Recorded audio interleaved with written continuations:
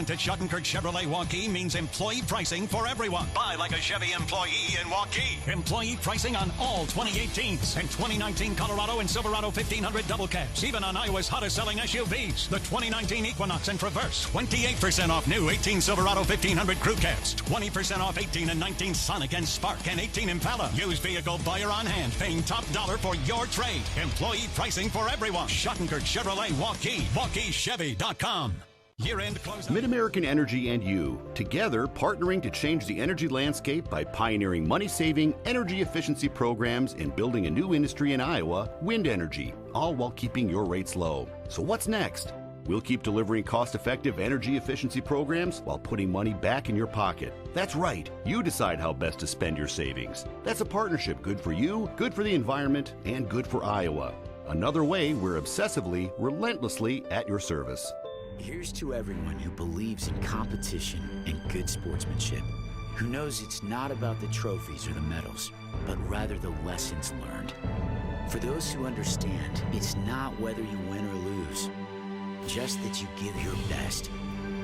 So go ahead, lace them up, take the field, have fun, and play. For the experience, for the memories, for the love of the game. Shields. Here's to everyone who believes in competition and good sportsmanship. Miss your hometown clothing store? The one that had it all? Everything to get the work done, all in one place? G&L Clothing is your hometown Iowa store. Stop in and see us. Or we're only a click or phone call away. Family owned for nearly a century. G&L Clothing. 1801 Ingersoll, Des Moines. G&L Clothing. Your size, your style, we got it all. Moms typically get to make a majority of the healthcare decisions for their family. That can be a lot of pressure, but not for me, because I know the choice is ours. For medical tests like MRIs, X-rays, CAT scans, and of course mammograms, ask your doctor to refer you to Iowa Radiology. They work around our hectic schedules. They're the best at what they do, and they're so great with my family. They truly care, and it shows. Visit iowaradiology.com or call to schedule an appointment. Iowa Radiology. Our focus is your good health.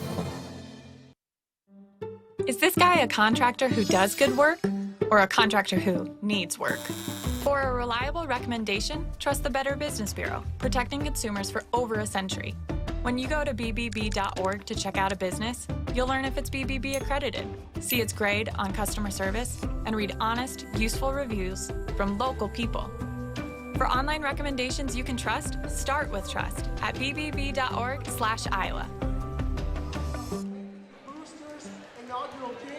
Good evening and welcome to another night of high school basketball here on CISN.TV. It is a crosstown battle. It's the Ankeny Hawks from the south side and the Centennial Jaguars from the north side of Ankeny. We're doing battle tonight inside Ankeny Centennial High School alongside Andy Pollack. I'm Paul Yeager. Glad to have you here. Peter Tarpey will keep us honest and on time. And we are about 10 minutes away from game time. And this is a game, second time these two teams have played. The last time was back in December when it was a Centennial win for the girls and an Ankeny win for the boys. So Andy will be here for both games with me. And this is a team, two teams. Everybody, I shouldn't say these two teams. Every team is trying to play really, really well in January. This is their third game coming back from the Christmas break. By now you have the dust cleared, and this is for real, right, Andy? Yeah, and I think both coaches right now, both these teams, Coach DeYoung and Coach McAnally, are both feeling pretty good about where they stand. Both teams are shooting the ball much better than they have been throughout the year, and that's going to be a key for both of them. That's really a key for what Ankeny's been able to do lately, competing with some of the best of the best. They haven't quite got over that hump with some of the best of the best, but they're competing with them. They put a scare into some very good ball clubs, and Centennial is just doing what Centennial does in January, February, and March and winning games this time of year, but they're starting to shoot the ball much better as well. The Centennial Jaguars are 8-4, and they come off a win against Marshalltown 70-19. That was on Tuesday night. Last Friday night, they had a win, a come-from-behind win. They trailed by 9 points twice in the third quarter, beat Johnston winning after Christmas is a big deal and something that Centennial does quite often, Andy. Yeah, it's a crazy stat. Looked up earlier today, went back over the last 5 years. Coach DeYoung and the Centennial Jaguars, he's 45-5 after Christmas in regular season games over the last 5 years, which is an incredible stat, a 900 winning percentage over 5 years. That is just that is something very, very special. I mean, he's done some great things. He's got a bunch of state titles, but he understands. I had a chance to chat with him earlier today. Understands that, you know, your best basketball isn't necessarily played at the beginning of the year, and he brought up the multi-sport athletes they have, and they've had some success, or a lot of success in volleyball as well at Centennial, and he talked about bringing those girls in, and they do a lot of team building. There's a lot of that. It's always been a thing, building that rapport amongst everybody on the team, not just on the court, but off the court, and it's really paid its dividends as the years wear on. The Jaguars are 8-4 and ranked 12th. The Hawks are 6-6 and ranked 15th in the latest Iowa Girls High School Athletic Union rankings. As we look now at the Jaguars there on your screen, we just saw Ankeny warming up, so let's stick with the Jaguars. Last week, Andy, Rachel Schoen, she's the one people key on. We talk ad nauseum about the defense of Kennesaw, but it was her offense that made the difference against Johnston. Yeah, it was really sparked by end of the first quarter. We saw her with some really good looks early on, wasn't able to capitalize, and then as the first quarter wore on, she hit a bucket, probably not one of her specialties from the free throw line. She's more of an inside player. She'll tell you it was a specialty. Well, yeah, she hit that shortly before the end of the quarter, and then a really incredible half-court shot that went locally viral, if you will, that she hit, and really that shot ended up being the difference in the ball game. As we'll call it an upset. I don't know if there's really any true upsets around in this league when you have the caliber of teams that are playing, but they upset Johnston and come from behind victory, and yeah, she was definitely the spark there. And all season long we've talked and we've heard Coach DeYoung talk about all the things she does that doesn't show up or that don't show up in the scorebook. Well, last Friday night they definitely showed up in the scorebook. She scored 17 points and led the team in scoring. That actually she trailed by 1. It was 18-17. But then she followed it up Tuesday night with 2. So, is that an offense? She said she worked real hard on the offense, and we'll talk about that as the night goes on. The Hawks, well, they still have their player that everybody watches and keys on, and that's Sarah McCullough. She averages 15 points to lead the Ankeny Hawks, Andy. But it was the number 2 scorer and the glue on this team, Abigail Johnson, losing her to an injury before Christmas. Hope to get her back, does Coach McAnally, in maybe this month, if not early February. So it's been McCullough and the guards, Holly Trimble, Kayla Pitts, Ellie Mashoff. He's got to find somebody that provides scoring spark, and they've been able to do it. Well, and before with Abby Johnson around, she was the three-point shooter. I mean, McCullough can shoot from the outside. She's a very talented inside-out player. Going to have her college paid for up at UNI as a basketball player. Very talented athlete, does some great things for this squad. But, Abby Johnson was that second scorer. She was the second threat. She was the outside threat, took a little pressure off McCullough. And, when she went down, the question that everybody had was, well, where does the other scoring come from? And really the other scoring has come from everywhere. They are really shooting the three ball very well right now. They shoot at about 35%, and they're hitting 7 to 8 three-pointers a game over the last 5 games. And that helps keep you close in a lot of games, and really highlighted, I call it highlighted, it was a loss, but a 2-point loss to Johnston, who at the time was ranked number 2, and they led by a lot. They led by 17 going into the break. Every chance in that game to win it, and couldn't quite put the nail in it. So this Ankeny squad, they have potential the way they shoot the three ball. And you look down, it's not just one player. I mean, they've got multiple players. You've got Ellie Mashoff, you got Kayla Pitts, Ashley Harrington. They're the ones that have really picked up the slack and are shooting that. The way they shoot from the outside is taking a lot of pressure off Sarah McCullough. And that is Ashley Harrington, a junior, 8 points a game, 80% free throw shooter. So she's got the shooter's touch when it matters. These two teams, Andy, fairly even in some of these statistics. The edge goes to Ankeny at the free throw line, but then from the field, it's Centennial leading in percentages, and then three-pointer, it's back to Ankeny. And then in scoring offense, it's back to Centennial. And then in scoring difference, or in terms of least points allowed, it stays with Centennial. So these two teams, we know how good the defense is of Centennial. In the first matchup, it was a 7-0, 7-2 run out for the Hawks. Centennial calls timeout, calms them down. and then it was all Centennial the rest of the way. And they did it a lot with defense. And they do. That's a hallmark of the Scott DeYoung squad. I mean, they suffocate you on defense. They make you uncomfortable in what they do. They take out your best player, and that in Iowa high school basketball, when you make the second best player beat you, it becomes very difficult on a team. And they were really able to take McCullough out of that first game. I really thought Ankeny in that first game also, they allowed their shooting woes on offense affect them on defense as well. They got a little lackadaisical as the game went on, and it really affected how they defended, and that gave Centennial some easy shots. So as things move on tonight, I'm sure that's a point of emphasis. I know they want to, with their four-guard lineup, Centennial's going to come in with a big team. They've started to use Alex Kiana Harris a lot more, and that gives them a really tall lineup with three girls, 5'11" or taller in their starting lineup, and that gives them an advantage. But I think Coach McAnally thinks if they can turn this to an up-and-down transition type game, they can maybe beat Centennial up and down the court for a couple cheap buckets. Well, we're just a couple of minutes from starting lineups, and you talk about Harris. She is back in the starting lineup tonight for Coach DeYoung and Centennial. We'll hear the rest of them when we come back. You're watching high school basketball, part of a doubleheader night here on CISN.TV. We got a great one on the other channel. Tune us, put them on two screens if you want. That's Southeast Pocket Valley. We've got Ankeny at Centennial when we come back.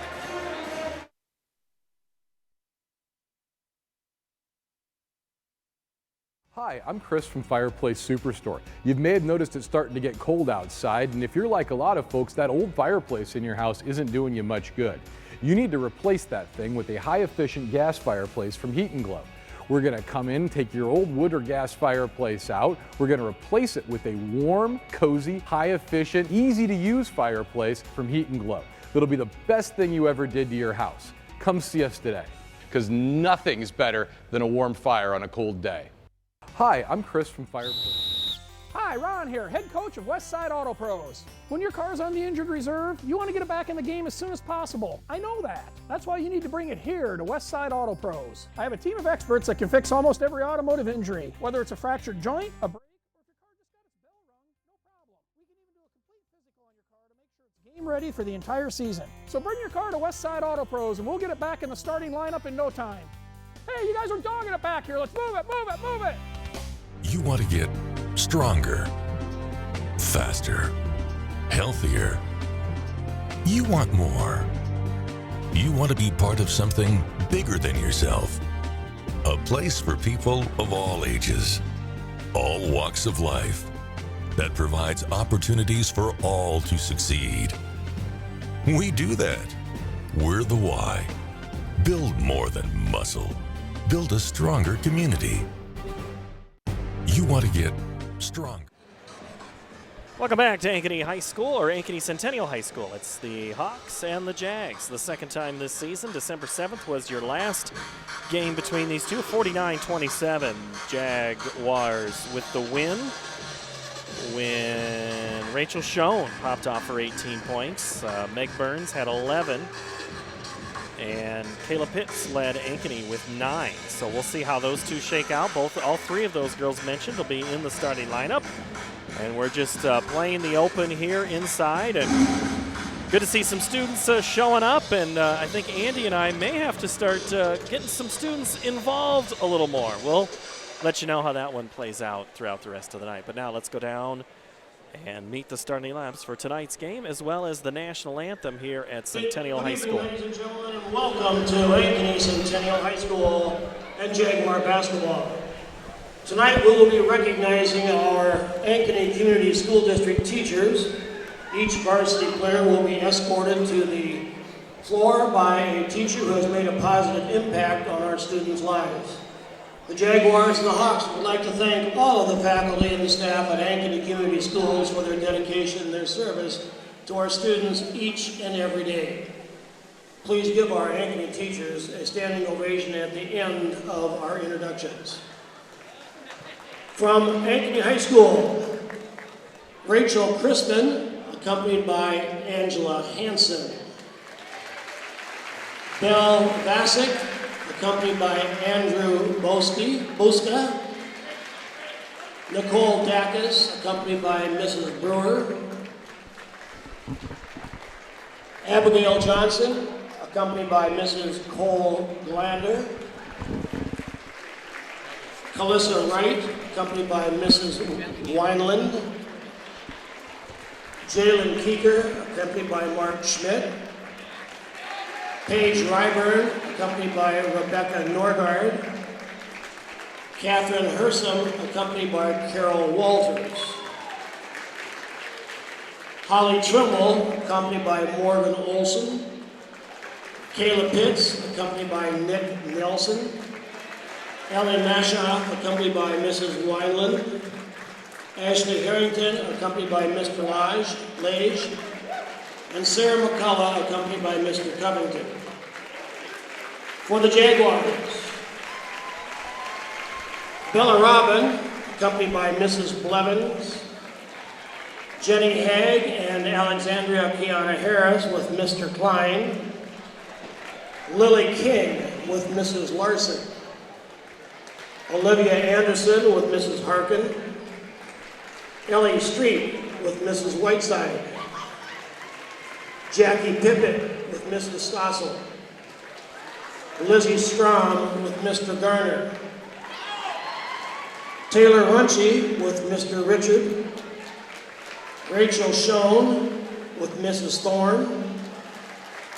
Kenna Sauer with Mr. Jones. Cleo Murray with Mr. Delger. And Meg Burns with Mr. Davenport. Those are our varsity players and the teachers that have had an impact in their lives. Please recognize these wonderful teachers and all of the teachers in the Ankeny Community School District. Thank you.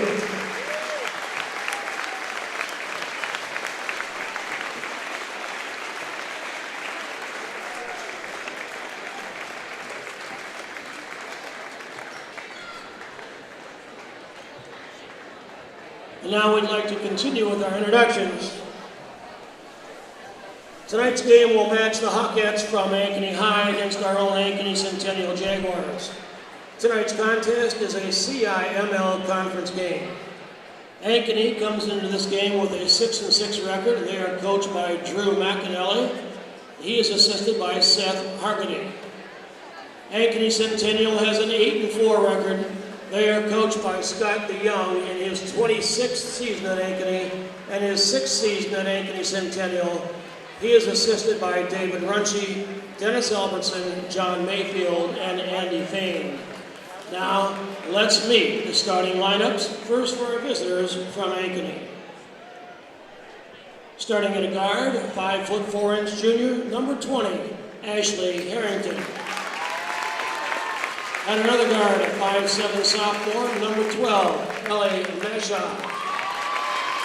At one forward for the Hawkettes, a 5'11" junior, number 4, Holly Trimble. Another forward, a 5'8" junior, number 5, Kayla Pitts. And rounding out the forward court for the Hawkettes, a 6' senior, number 25, Sarah McCullough. And now for our home team, your Ankeny Centennial Jaguars. At a guard, a 5'8" junior, number 5, Taylor Runchy. At a guard, a 5'10" junior, number 40, Meg Burns. At one forward, a 6'1" senior, number 21, Rachel Schoen. And another forward, a 5'10" junior, number 34, Alexandria Kiana Harris. And rounding out the forward court, a 6' senior, number 23, Kenna Sawa. Our officials for tonight's games, Jeff Osborne, Chad Shellmeyer, Dave Applegate. Ladies and gentlemen, would you please rise? Kindly remove your hats and turn your attention to one of the flags at either end of the gym as we honor America with the presentation of our national anthem.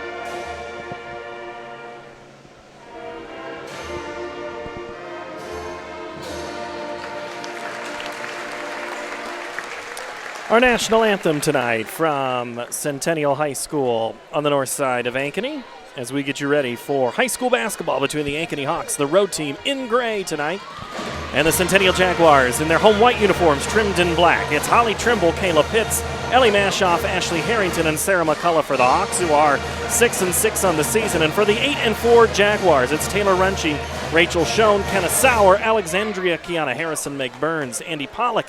Your keys tonight if you're Centennial. If you're Centennial right now, you want to weather the storm early on. You're going to get a flurry. It's a rivalry game. We talked the first time that they played that the one thing you can expect tonight is the unexpected. And so, yeah, if you're Centennial, you want to weather that first big run that Ankeny goes on. And if you're Ankeny, what's your key? Sustain that first run. That was one thing they were not able to do the first time that they played. They came out with a flurry, but they just could not keep up that intensity throughout the course of the evening. McCullough and Sauer will tip it off here for 4 quarters. 32 minutes of basketball coming your way now on CISN. And Sauer tips it, and it's retained by the Jaguars, who will go right to left tonight on your TV. Harris's first shot is no good. Schoen the board and the putback, and already 2 points for Rachel Schoen. Yeah, Ankeny's going to have to do a lot better job rebounding out of their 2-3 zone. They're going to give up some shots from the outside, but they're going to have to rebound a lot better than what we saw right there. Going to have to get a body on some of those good rebounders that Centennial has. Trimble around with it, pulls up the dribble. McCullough, backdoor was there for a moment. She had it, kicks it back out for 3. Shot is short, right into the hands of Sauer. McCullough had the mismatch down low. She's got to go up with that. Burns fakes right. Now they go back into Schoen. Harris has the look, daring her to take that 3. Second time she's not going to hold. Misses, rebound by Pitts. So far they're showing they're going to let Kiana Harris take those shots. She had an open look on the first possession as well. If you're doubling down on one of those other players, make her beat us. Trimble up to Harrington. Stolen away. Sauer with the left, dribbles with the right, out of traffic. Waits for help. Wise move. And it arrives in the form of Taylor Runchie. Inside. Drop step, fade away, good for Sauer, and that's what she did Friday night. Yeah, Sauer able to catch that ball so far underneath the basket. She's in a great spot for her offensively. They got to keep her further away. She worked with Coach Runchie in the off and the break, trying to get her offense in gear. She's got 2 tonight. At 17 last Friday night against Johnston. Interesting, Meg Burns is the outside scorer really for Centennial, and she's drawn the assignment of face guarding McCullough. McCullough high off the glass for 2. Nice job battling through the double team for Sarah. Able to lob it up over top of Meg Burns. Nice soft touch off the glass through a lot of people there in the middle. A little bit of pressure going after it, and then going to be on the line is going to be Taylor Runchie, as she was tangled up with Kayla Pitts right in front of the scorer's table. And our friend Dan Holm. Yeah, it's a good thing she's got those knee pads on. She hit the ground hard when she went diving. We'll like to see that type of intensity early on. Sauer kind of gave up on it. It was a loose ball, and Pitts says, I'm not going to not contest that. It almost looked like it was being thrown out of bounds over here. My depth perception's off a little bit from this angle, but some may say from every angle. Pitts with it. McCullough on the backdoor screen. Fakes it, gets around Schoen, and she travels. You know, Meg Burns has drawn the assignment of McCullough, but if you notice, she's coming off to help every once in a while. I think that's going to be something that'll have to be addressed because it's left her open, and that's a great look. If you get McCullough open with a basketball within 10 feet, that's a great look for the Hawks. A little 1-2-2 pressure is broken in a couple of passes by Centennial. Burns back to Harris. Sauer skies. Harris drives and kicks. Burns gets the feet set. Off the mark. Good box out. Yeah. That was textbook by Ellie Mashoff. Yeah. Got the body on to prevent Sauer from getting it. Yeah, she kept Sauer, no chance for Sauer to get the rebound. Harrington drives, kicks. Setting her feet, shooting and missing is Trimble. Rebound, Kenna Sauer. Just under 5 minutes to play. 2-point lead for Centennial. Schoen right there, fouled by McCullough. Yeah, again, Schoen able to, it was Sauer the first time, now we saw Schoen able to catch that ball. I mean, she's standing almost right underneath the basket. Good ball movement. They get the ball out here on the edge. Really puts a lot of stress on that zone to have someone out here in the corner, and then your next defender really has to get around in front there, and they're not able to get there so far with Schoen keeping McCullough on her hip. First free throw is good for Schoen. I won't say automatic at 74%, but darn close at her free throws. Yeah, Rachel Schoen is a player that, had she been healthy the last couple of years, I think everybody in the state of Iowa would know who she is. Everyone in central Iowa knows right now, but I think she's one of those players that you would have heard a lot more about had she stayed healthy. So now Centennial is going to counter with their own full court pressure, putting Sauer on the inbounds.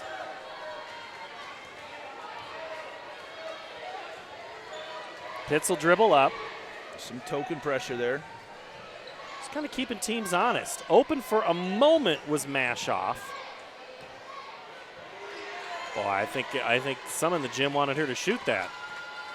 It's interesting. They're giving McCullough a lot of attention, but still not much more attention really than anywhere else on the than anyone else on the court. Cleo Murray, who's into the game for Schoen, is going to be whistled for the foul. Her first, team first. They've got some good minutes from Cleo Murray, just a freshman. Seen her in that, gives a good look in there, 5 to 8 minutes a game coming in for the Jags throughout the year. She started the last time these two teams met. It's going to stay Ankeny basketball. Sauer feels that she has an extra step and maybe an extra inch or two in length on Mashoff. That's a couple of times she's jumped the passing lane on her. Yeah, she's deflected a few of those, and it just disrupts your offense. It's keeping everything so far away from the basket right now for Ankeny. You got to figure out a way to get the ball down low to McCullough. Trimble had a look, but hesitant to take it so far.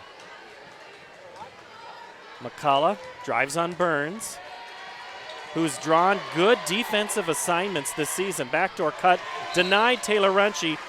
Fundamentals right there, Andy. They had the guard on the left and the hand on the right to prevent the entry pass. It's interesting. You don't see, I mean, Centennial, yeah, really good defense, but really the pressure, the half-court pressure that they're applying, just really kind of keeping Ankeny out of sync at the moment.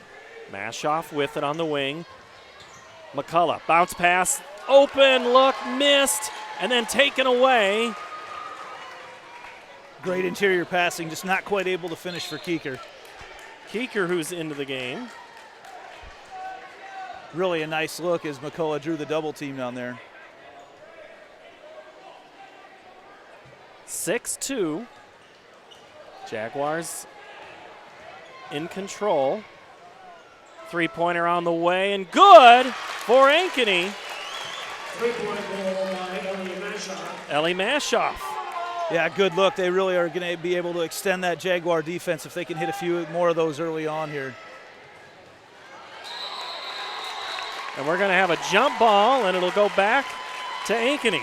Trying to get the ball to the interior cutter Schoen, but Keeker again drops down, kind of follows Schoen down in there and able to get her hands on the ball and cause the tie-up. Our officials tonight, Jeff Osborne, Chad Schellmeyer, and Dave Applegate, a veteran crew of Class 5A and 4A basketball. See these guys a lot. See them at State, too. They draw assignments there. And speaking of State, Andy, we're getting close to drawing up assignments to go to State. That's going to be here before we know it. Yeah, about 3 weeks away probably on that, where we find out all the district and sub-state assignments. Kick out, three-point. That's going to be off the front of the iron. Schoen had position on Keeker. Off the shot of Trimble. I love that back-to-back position that teams like to use. Keeker almost able to kind of force Schoen underneath the basket far enough to get the offense. And I was sitting next to the point guard's father, our old friend Matt Miller, and it would have been a three to tie it with under 2 seconds. And I said, "Oh, it's on!" And it wasn't. So Matt no longer wants me to sit with them at a game. You're bad luck, Paul. And the hustle plays early on, we've seen it. Seen him down here in front of us, and then down here 2-3 offensive rebounds consecutively. Do you think the rivalry plays in more the first time teams play or the second? I think it's both, to be honest with you. I think everybody gets just as excited. Maybe the excitement of it is a little bit more the first, but these teams, you're going to see them play really hard against each other both times. And there's always that possibility you could play in the postseason.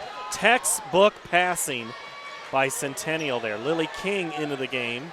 I don't think Kiana Harris realized how open she was. Harrington is the benefactor of the McCullough, and just too much of a behind-the-back pass to Keeker. Both coaches today, heard them both mention how much better they've been at not turning the ball over. So far, that hasn't rang true so far tonight. You think a team is doing something. You think your team. You hope your team. We'll talk with Coach Mack at halftime of the boys' game tonight. He's a fun guy to talk to. He'll tell you what he's thinking too. I found that out. King is open for just a moment. Coming up at halftime of the girls' game, we're going to talk to a familiar face for volleyball players. Shown with the Euro step, no good. And I think the official thought about blowing that whistle. Loose ball. It's not a travel if you don't have possession. Yeah, he had his hand in the air, but then quick put it back down. McCullough with it as we approach 1 minute. Drives on Harris. She kicks it to Trimble. Now in the corner. Three-pointer on the way. Short. Keeker's look just not quite going down for her tonight. Forcing Murray to drive. The scoop, the loop, no good. Gets her own rebound. Blocked by McCullough. And it'll stay Centennial. It was a nice little move, I thought, the first time to get it up off the glass. Giving up about 5 inches is Murray to McCullough. The second time, though, McCullough was right there and got a hand on the ball, knock it out of bounds. Centennial will keep it. Nice pass to Sauer. And we finally have some scoring, Andy. Yeah, good look off the inbounds play. You know, one of the things in basketball right now is kind of that secondary look off an inbounds play where you free a shooter up, maybe not off the initial pass, but it sets up a play for 2 or 3 passes later. That right off the initial pass, a good look for Sauer. Harrington drives, kicks. Three-pointer on the way. That one's good. Good look, and that's the second time from that corner as they penetrate, able to bring Sauer in and suck her in a little bit. They kick it out and get the nice, easy look from 3. We're tied, first time tonight at 8. Harris doesn't allow this tie to last long. The defense got extended out in that pressure, and no one dropped back, and Harris able to sneak behind the defense. Hawks will have 10 seconds, now 6 once they cross. Harrington tipped away. Sauer, she's going to do it again. Throws it. This one's a little short, but we all thought it, Andy. Jaguars of Centennial with a 10-8 lead through 1 quarter here in Ankeny. Faster, healthier. You want more. You want to be part of something bigger than yourself. A place for people of all ages, all walks of life, that provides opportunities for all to succeed. We do that. We're the why. Build more than muscle. Build a stronger community. Schottenkirk Chevrolet Waukee means employee pricing for everyone. Buy like a Chevy employee in Waukee. Employee pricing on all 2018s and 2019 Colorado and Silverado 1500 double cabs. Even on Iowa's hottest selling SUVs. The 2019 Equinox and Traverse. 28% off new 18 Silverado 1500 crew cabs. 20% off 18 and 19 Sonic and Spark and 18 Impala. Used vehicle buyer on hand. Paying top dollar for your trade. Employee pricing for everyone. Schottenkirk Chevrolet Waukee. WaukeeChevy.com. Year-end closeout event at Schottenkirk Chevrolet Waukee means employee pricing for everyone. Buy like a Chevy employee in Waukee. Employee pricing on all 2018s and 2019 Colorado and Silverado 1500 double cabs. Even on Iowa's hottest selling SUVs. The 2019 Equinox and Traverse. 28% off new 18 Silverado 1500 crew cabs. Second quarter underway here from Centennial. Kiana Harris scored the last 2 of the first quarter. Takes the first shot of the second. 10-8. And then that pass is stolen away. Harris the interception.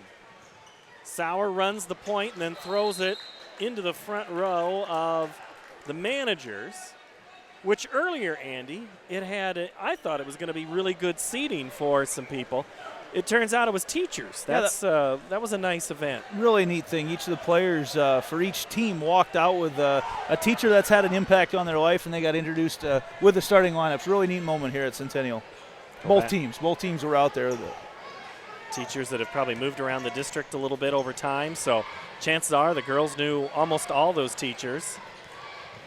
McCullough, now Harrington, who drives, pulls up, gets in trouble, gets it to a cutting, and scoring, Ellie Mashoff. Basket is good by Ellie Mashoff. Yeah, nice little look as it drew the defenders down towards the baseline, and then Mashoff on the cut. Nice look and nice finish through the contact. 3 players for each team have scored, Andy, so it's not a one-person effort, but Mashoff does have 5 and stays at 5 as the rebound goes to Ankeny as 2 Jags were messing around with it, and the 3-point, before I can even say it, Mashoff now with 8. Yeah, Trimble was the one able to keep that alive. The ball just a little too high for Rachel Schoen, and she was able to take it away from her. We had our second tie. Now we have our first Ankeny lead of the game, and it almost didn't last long as Burns missed it. Sauer steps in front. Man, she's good. Volleyball block for her there. Oh, that was totally it. 13-10, Ankeny's first lead. Sauer gets it. Boy, it seems to be the Jags are having a hard time holding all these passes tonight as the 3-ball comes good for Harris. Yeah, Harris basically sets the ball in there. Both these teams, defensively-wise, have the other team scouted out to a T. They know the shooters. They know what they're trying to do on defense almost a step before they ever get there on offense. Hard to keep Kiana Harris off the floor is what Coach DeYoung told me before the game when he said and why she's getting the start. And she is proving it tonight. She now has 5 points. Harrington's shot is no good and Burns the rebound. 6 minutes to play. Third tie of the game. This one's at 13. Harris is going to pull up, shoot the 3, and make it again. Well, the game plan is to let her be on the edge. We've seen that the entire game so far tonight. After hitting 2 of those, if they change their game plan, that's going to open things up for Centennial quite a bit on the inside. They've really sagged off Alex, and they've, in the interest of keeping everybody covered down low, we'll see if they continue that strategy or not. Runchi almost steals it away on that slow pass. As a coach, you're watching that. That's in slow motion. 3-pointer on the way, and good again. Holly Trimble for 3. That's not us. I heard it, though. We're tied again. This time it's 16. And then Schoen on the other end.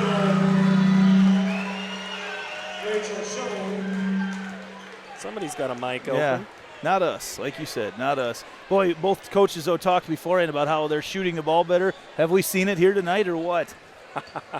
McCullough kicks. Another 3 on the way and good for Trimble. Oh, my, Andy. I feel like an NBA game is broken out right now. The third one for Trimble. Tied again. 5th tie at 19. This is a good one. These aren't easy shots either. These are with hands and faces. Harris, can she do it again? Oh, that one misses. Gets her own rebound. Just step back and shoot it. Burns is the one with the hot hand most games. Inside. Kick it out. 3-pointer from Runchi, no good. Harris bounces, floats it. Oh, what a pretty shot. Yeah, again, no one got a body on her in that 2-3 zone, able to sneak in from the wing. Both teams are ready for a little breather, I think, right now. This has been an up and down pace here for the last 3 minutes. We played 8 solid minutes to start. No breaks in the action. Harrington, the scoop loop, no good. There were 4 Jaguars there for the rebound. Somehow she got it around. A little extra English on that ball. We'll put that in. Sauer with it on the cross-court pass, leaves it for Burns, who left her pivot foot early, said the Ankeny fans. McCullough running the point, 3-on-3. Harrington. Yeah, that one was tipped by Burns and corralled by Sauer thanks to Schoen. If Sauer had more confidence in her game, Andy, I think she takes that to the hole right there. Yeah, you notice she looked. She was thinking about the 1-on-3. Tall pass for Schoen. Goes in, misses. Rebound, Trimble. Up to Pitts. This pace in the second quarter really favored the Hawks. They've been able to press it up and down the court quite a bit. Timeout. Drew McAnally will step away as well. Jaguars lead by 2.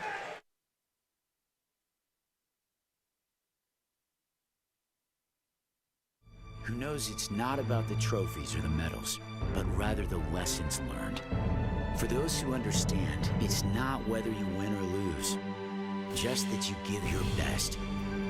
So go ahead, lace them up, take the field, have fun, and play. For the experience, for the memories, for the love of the game. Shields. Miss your hometown clothing store? The one that had it all? Everything to get the work done, all in one place? G&L Clothing is your hometown Iowa store. Stop in and see us, or we're only a click or phone call away. Family owned for nearly a century. G&L Clothing, 1801 Ingersoll, Des Moines. G&L Clothing, your size, your style, we've got it all.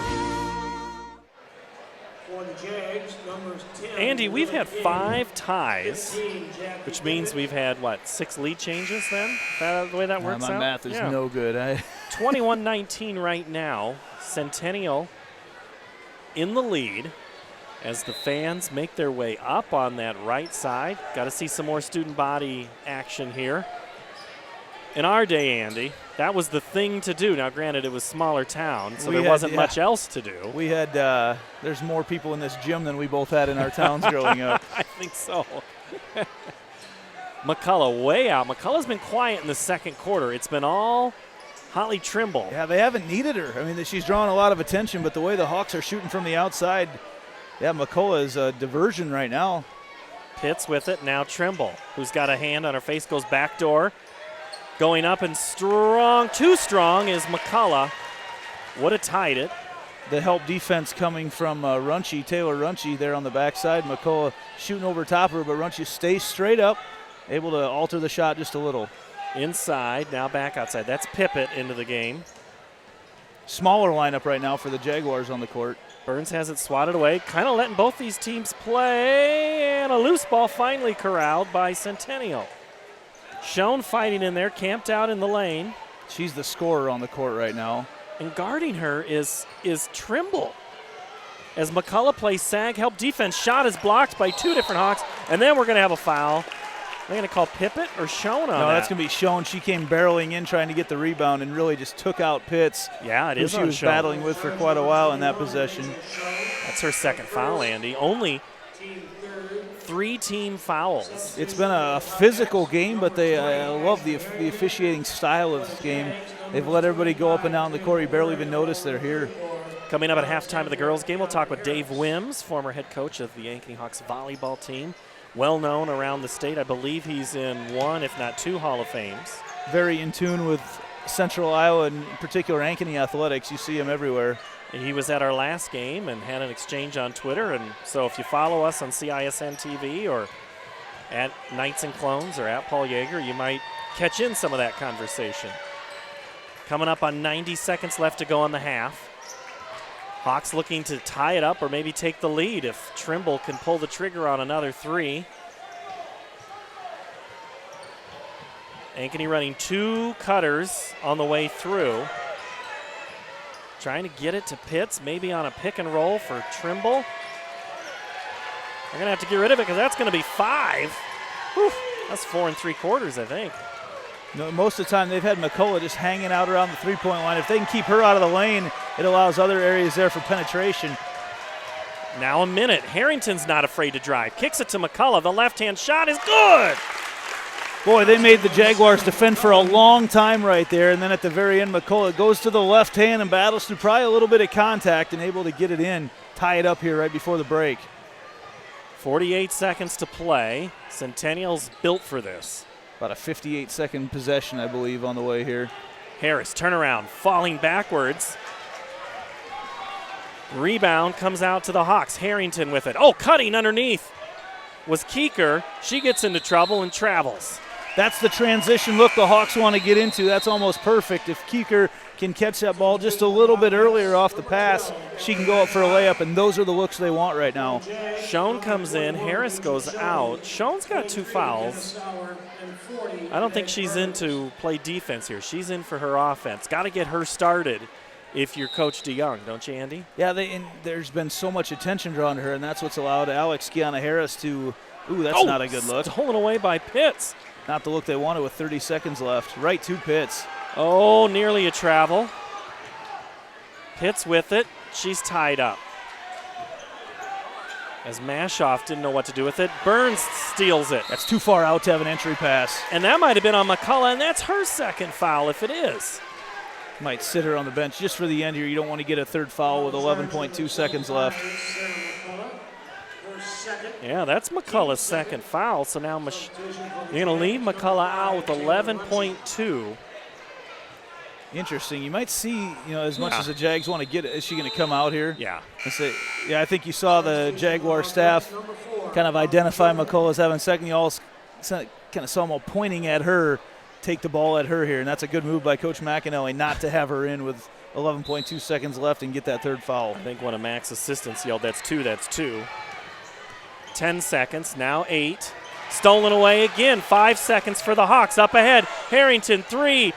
To Pitts, the layup is good as the buzzer sounds, and the Hawks will take the lead. Wow, on a 23-22 point advantage. Wow, that happened fast, Andy. I'm not even sure. That was Pitts, right? That was Pitts that laid it in. But, really, that's exactly what they want to do. They've turned this into an up-and-down game in the second quarter. The scoring may not reflect it, but they've really run the Jaguars ragged in this second quarter. Turned it into I'm going to say 94 feet because I know that's standard basketball court. I might be off by a couple feet here at Centennial, but really turned it into a full-court game. Well, coach is prompt. He's ready to go. We'll take a break, and we'll be back in just a minute. Hawks lead by 2. We'll talk volleyball and a few other things with Dave Wims when we come back.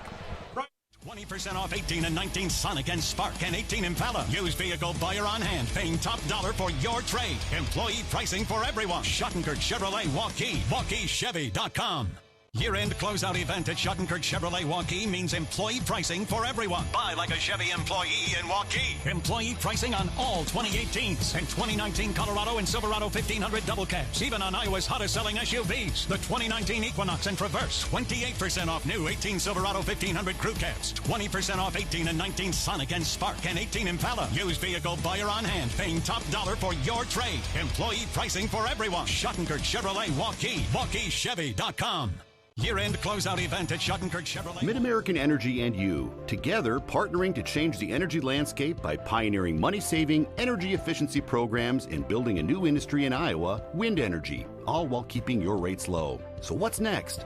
We'll keep delivering cost-effective energy efficiency programs while putting money back in your pocket. That's right. You decide how best to spend your savings. That's a partnership good for you, good for the environment, and good for Iowa.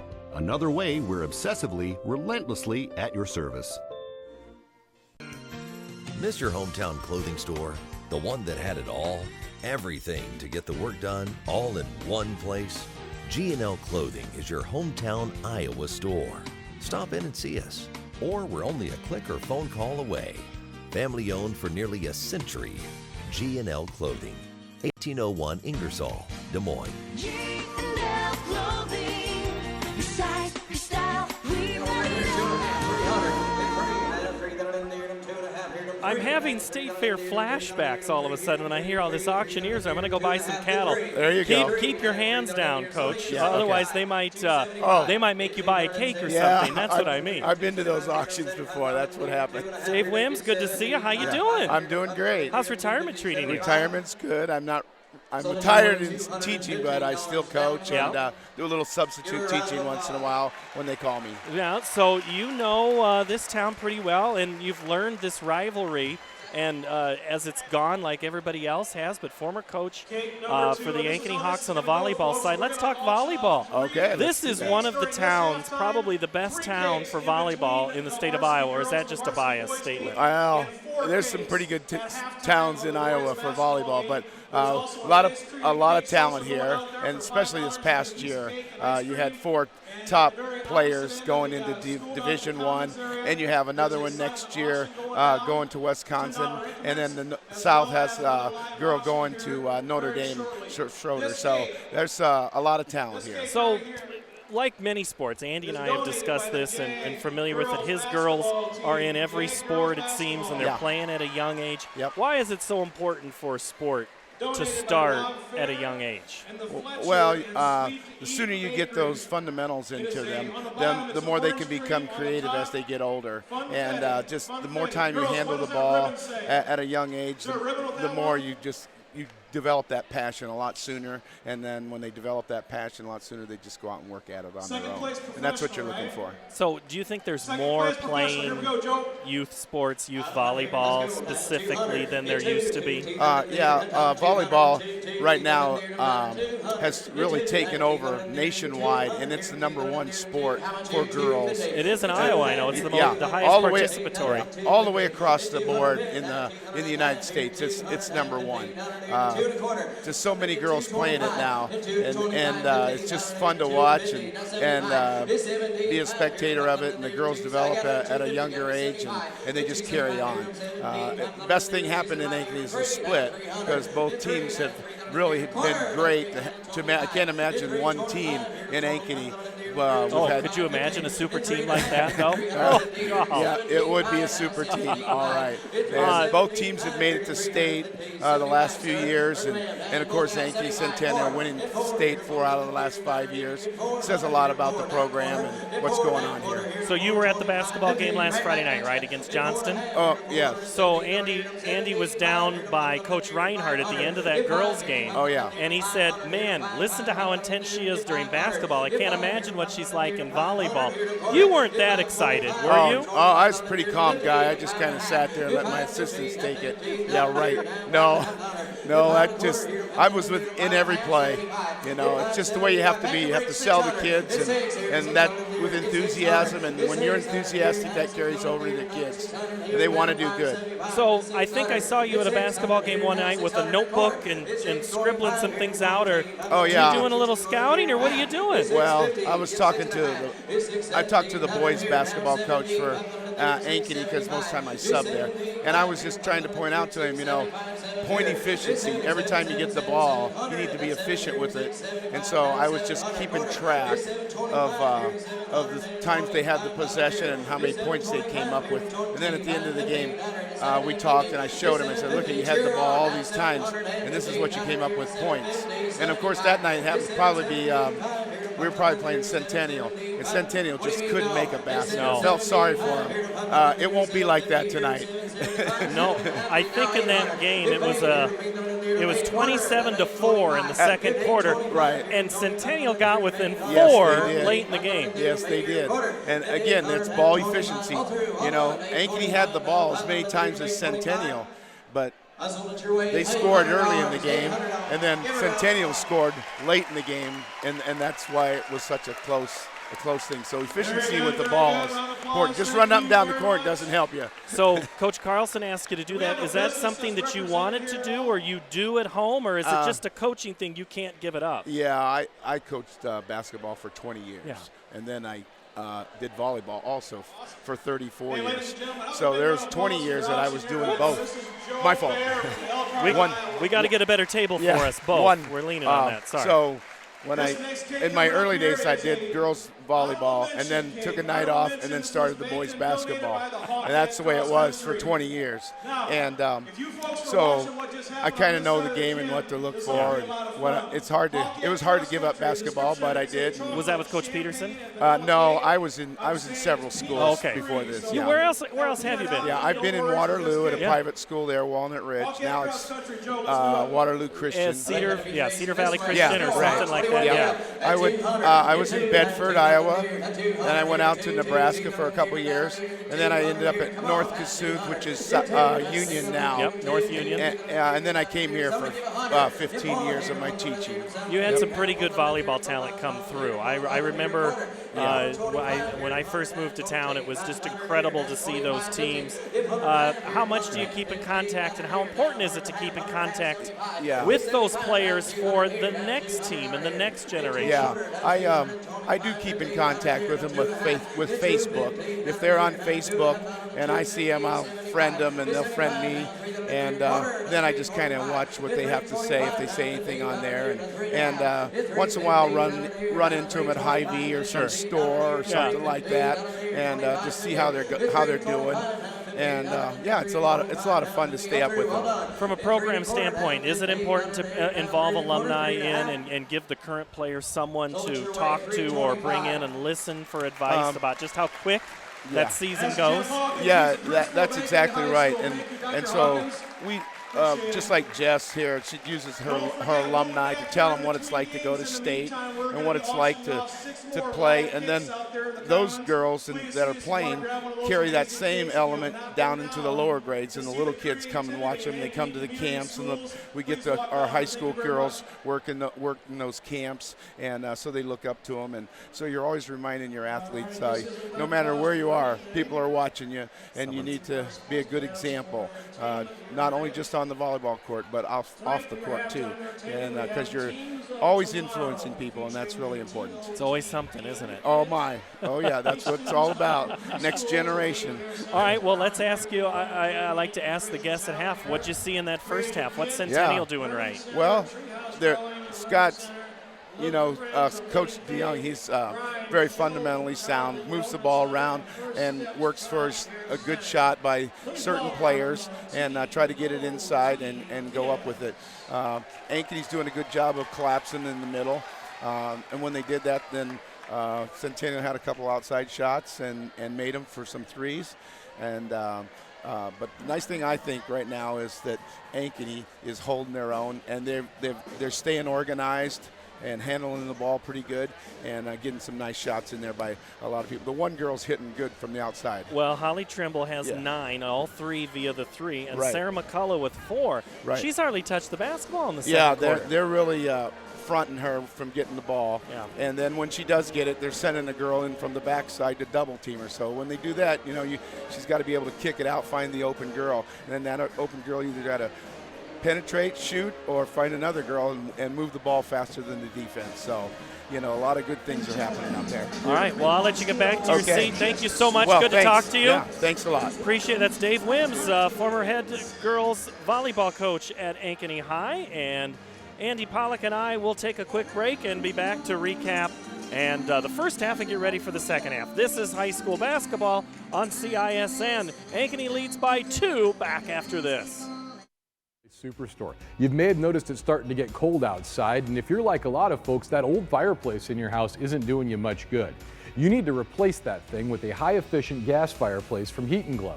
We're going to come in, take your old wood or gas fireplace out. We're going to replace it with a warm, cozy, high-efficient, easy-to-use fireplace from Heat & Glow. It'll be the best thing you ever did to your house. Come see us today, because nothing's better than a warm fire on a cold day. Hi, Ron here, head coach of Westside Auto Pros. When your car's on the injured reserve, you want to get it back in the game as soon as possible. I know that. That's why you need to bring it here to Westside Auto Pros. I have a team of experts that can fix almost every automotive injury. Whether it's a fractured joint, a brake, or if your car just got its bell rung, no problem. We can even do a complete physical on your car to make sure it's game ready for the entire season. So bring your car to Westside Auto Pros and we'll get it back in the starting lineup in no time. Hey, you guys are dogging it back here. Let's move it, move it, move it. You want to get stronger, faster, healthier. You want more. You want to be part of something bigger than yourself. A place for people of all ages, all walks of life, that provides opportunities for all to succeed. We do that. We're the why. Build more than muscle. Build a stronger community. You want to get stronger.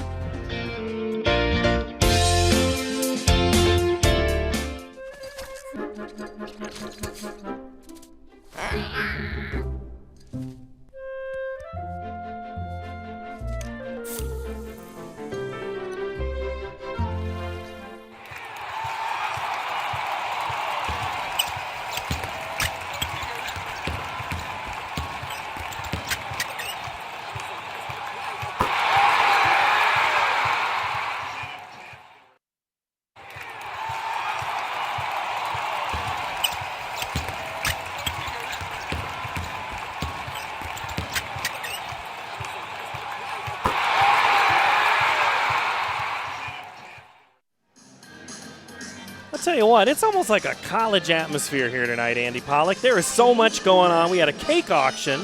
Did you bid on anything? I I sat on my hands the entire time. I knew I would be. But with your fork, right? You had your fork in the other hand. Hoping it was somebody I knew that was bidding on the cakes. And then now we've got. It's not quick change level, but it's darn close, right? Yeah, we've got the tots, right? I think that's what they call them. That's what they said. So we've got something going on. Hey, it's 23-21.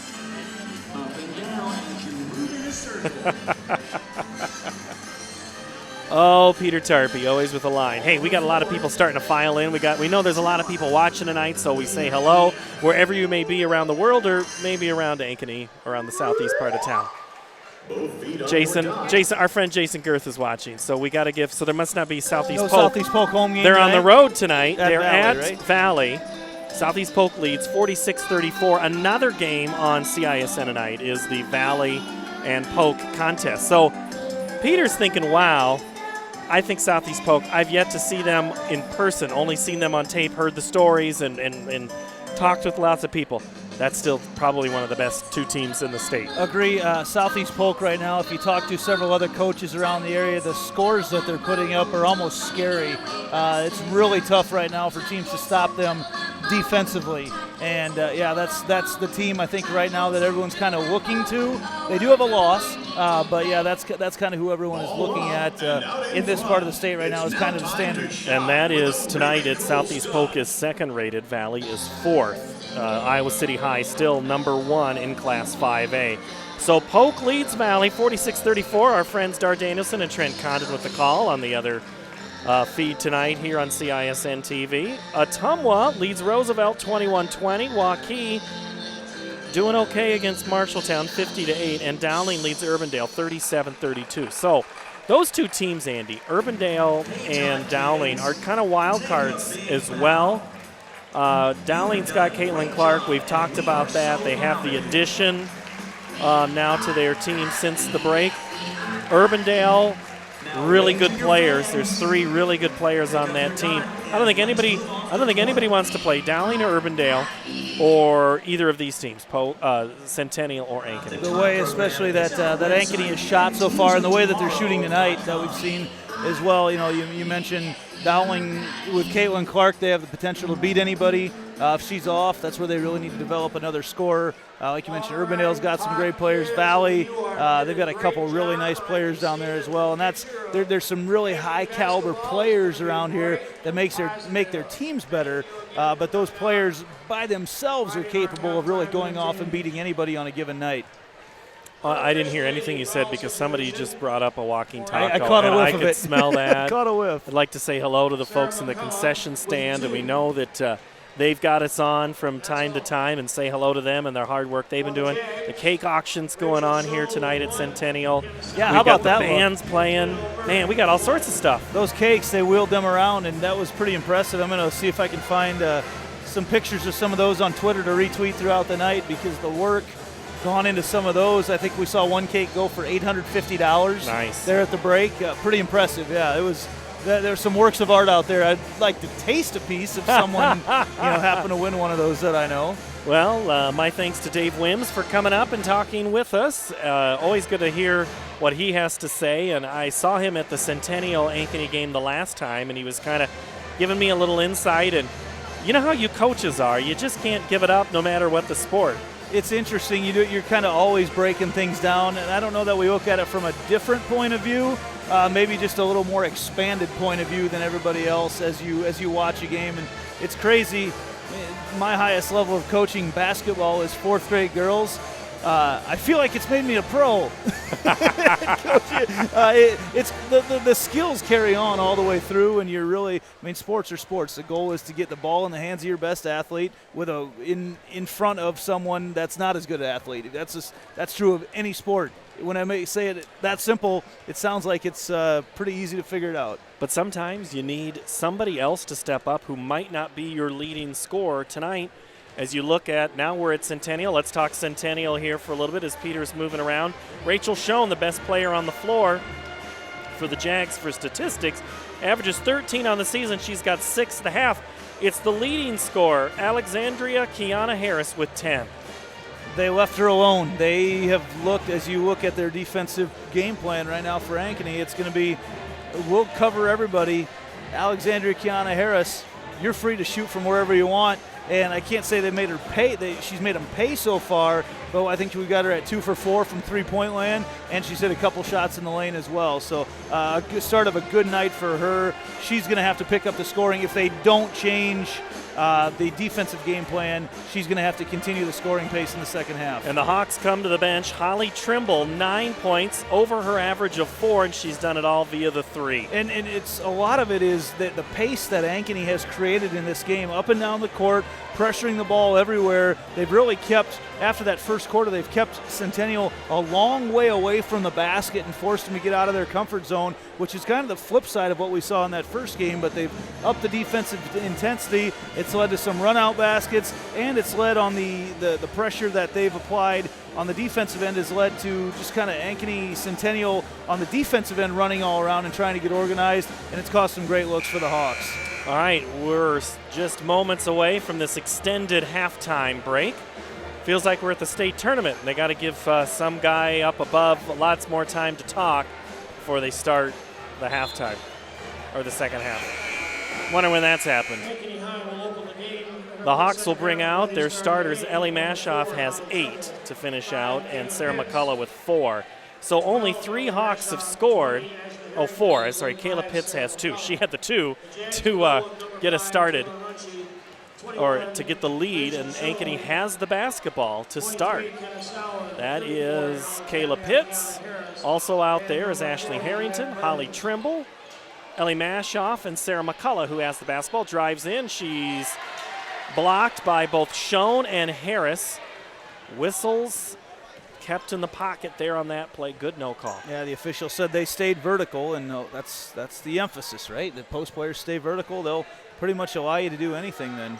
So an empty possession to start the second half. That's one thing Coach McAnally did not want to have happen, was empty possessions. Three-pointer on the way from Runchie is nothing but net, and the Jags have the lead back. Runchie, not known for scoring, she does a lot of other things out on the court. We saw her take a three-pointer early on, but if they're going to leave her open, she definitely has that capability. Back to a 1-point advantage for Centennial. McCullough thinks. Harris jumps out on her. Nice drive and kick. Oh, good save in the corner by Mashoff. Oh, I think Harrington wanted the NBA 3 there for a moment. Thought about it. Harrington was sitting in front of us, I think, the last time we had the boys game, and she was into it and watching it. She is one that just a good student of the game. Rainbow 3 is nothing but net for Pitts. Rain will start falling after that one. And that is a long ways out there. What do we have, Ankeny, for 6 3-pointers right now? Is that right? Yeah, I think so. On the evening, yeah. And they're, like I said, they've been hitting 7 to 8 3-pointers consistently, 9 a few times, turnover. Up ahead to Harrington. She's going to go and miss. Just kind of got one step too many in front of her. Burns is going to drive, and she's fouled out front. I think they're going to get Trimble. And Burns started to use that little Euro drag step, took the ball from low to high, brought it over the top. Nice job to avoid the charge, because she was definitely squared up on by Trimble, but able to turn her body just a little bit for the contact.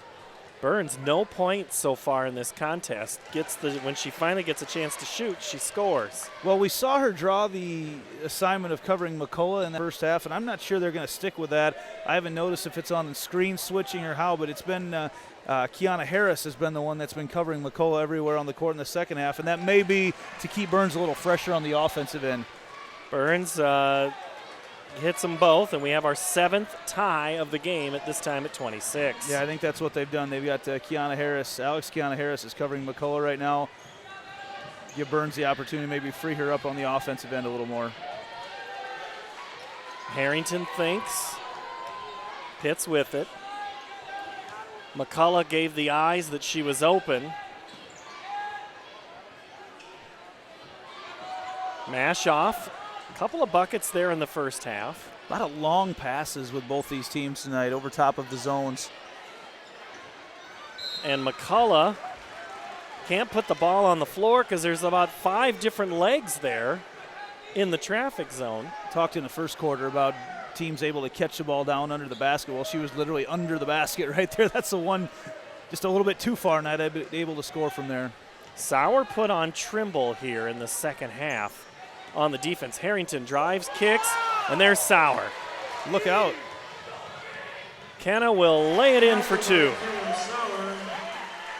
I think Kenna might have been thinking about dunking that because I'm pretty sure she's got the athletic ability to get up close to the hoop. She's just doing her best to get us to retweet one of her plays. She did a good job of that last week.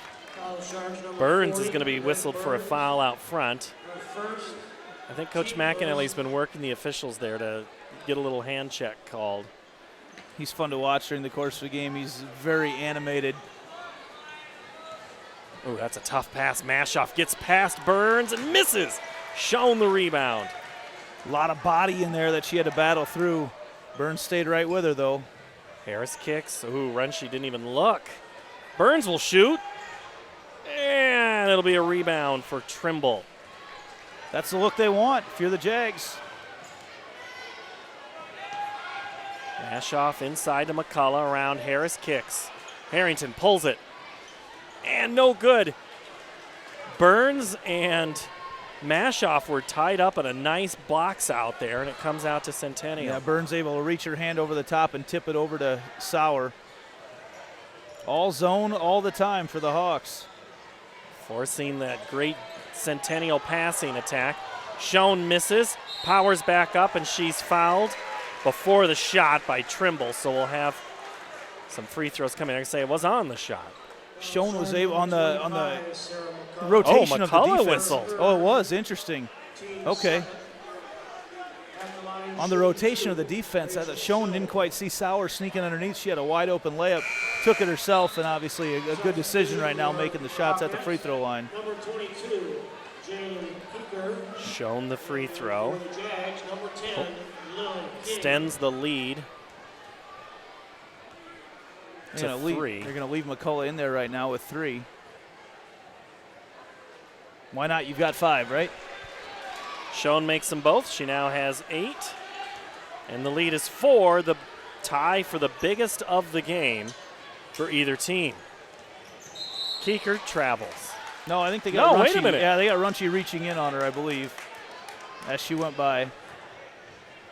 Yep. No, they charged Burns. Oh, no, they did say Runshie. Yeah, she kind of snuck by her. They reached out and caught her there. Burns second, team second. Well, it's interesting. They came over and signaled. I thought they signaled 5, and then as Burns went through, now they say on the board it says it was on Burns, so I'm not quite sure how that all worked out. See, I saw him flash 4-0. Okay. Maybe they caught the body further away from the basket. That's a quick 5-second call coming back this way. 4-point advantage for Centennial, looking to extend it. They go Harris on the backside, goes up and under. No good. Schoen rips it, tips it. Contained and regained by Centennial. Ooh, Burns for a moment thought about it, and then Pitts is going to be whistled for the foul way out front. You notice in this half so far, Centennial not pressing the tempo quite as much. When they are able to get shots up, good things happen. They've been able to get some offensive rebounds and get good second looks at the hoop. They haven't pressed the tempo as much, and they've been able to turn it back more into a half-court style game. Burns, quick insert and pass. Pushing the tempo is Keeker. Pitts in transition, misses. Oh, that was a really nice move that she used to get around Burns. Just not quite able to finish. Lily King. Now back to Burns, trying to get over top that zone. Runshie pulls it, misses. Rebound, Keeker. Puts on the brakes for a moment and hopes they just fly right on by, Top Gun style.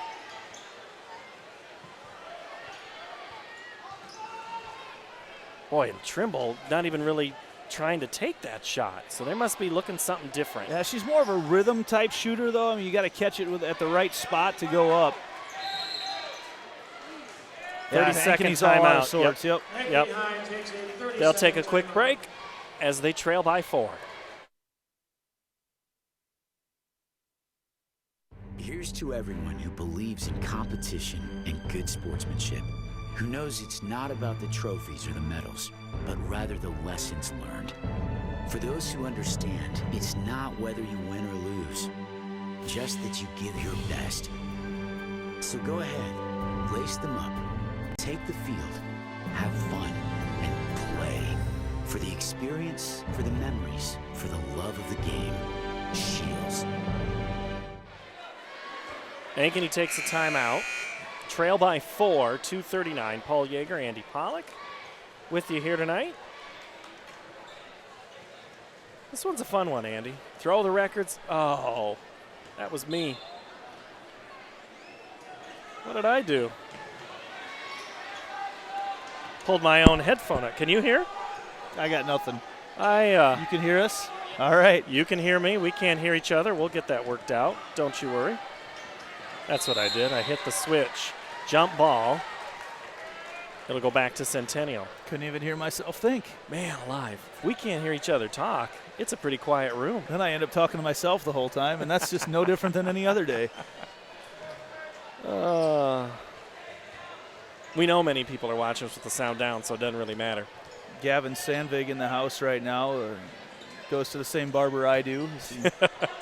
Sauer too hard. And then that's going to be a foul on Schoen.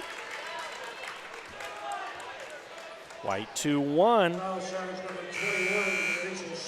Her third. Let's see, I had her for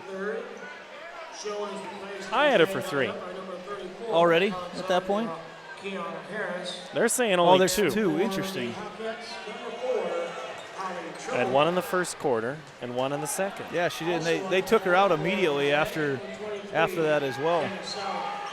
Maybe there was a halftime adjustment. I mean, we did have half an hour. They could rescore it. They watched the game on fast forward. Ankeny with it, down by 4, trying to get a bucket. McCullough tries to create in transition. Keeker battling down there with Murray. Ankeny with just 3 points so far as we go under 2 minutes to go in this third quarter.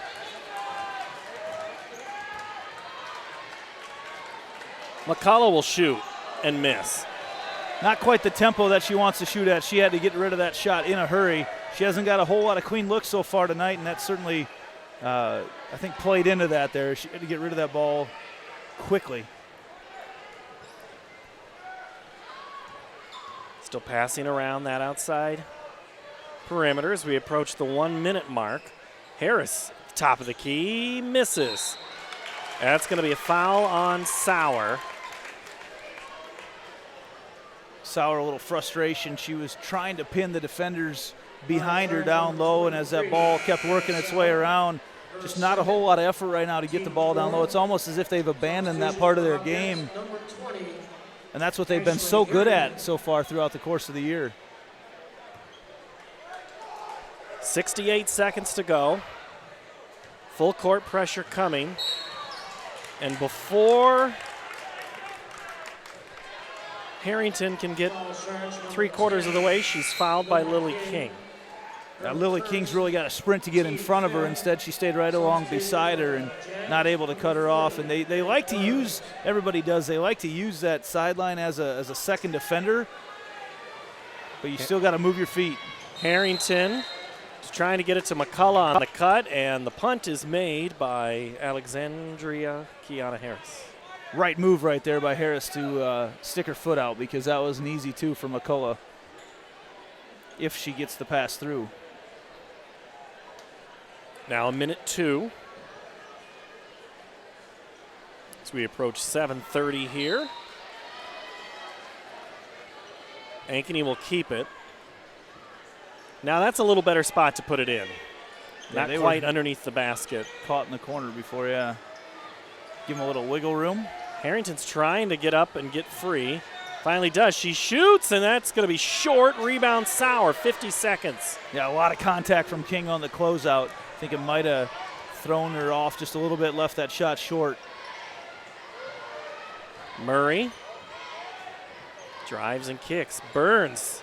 She was wide open. Murray will take it, though, and hit it. That's good ball movement. Everybody knew exactly where they wanted to go with it as they caught it to attack that zone.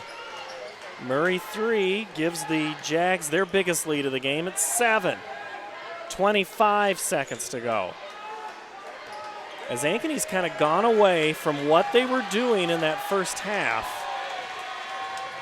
They haven't been able to get the ball into transition buckets and really to set up their press. They need to score, and they haven't done that either. Trying to go one-on-one is McCullough, and she's going to be jump ball, tied up. And you can see a little bit of frustration starting to show there on McCullough. Yeah. 5.2 left to go here. She wanted that last shot, but just drew so much attention. Yeah, they haven't got, other than that three-pointer to start the quarter, they just are not getting shots off.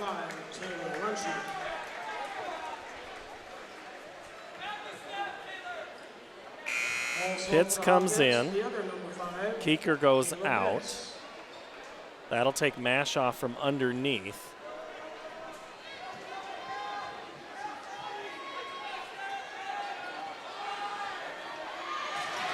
Three seconds, stolen away Sauer. Again, the chance with a little early to go.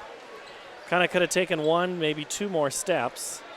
You know, there's not too many players in the state that we can say actually have a shooting percentage on half-court shots, but Sauer is one of them. 1 for 3 now. 1 for 3, yeah. Ankeny, all they can do is just inbounds the ball. And that'll end the third quarter. Centennial with the 7-point lead, the final 8 when we return.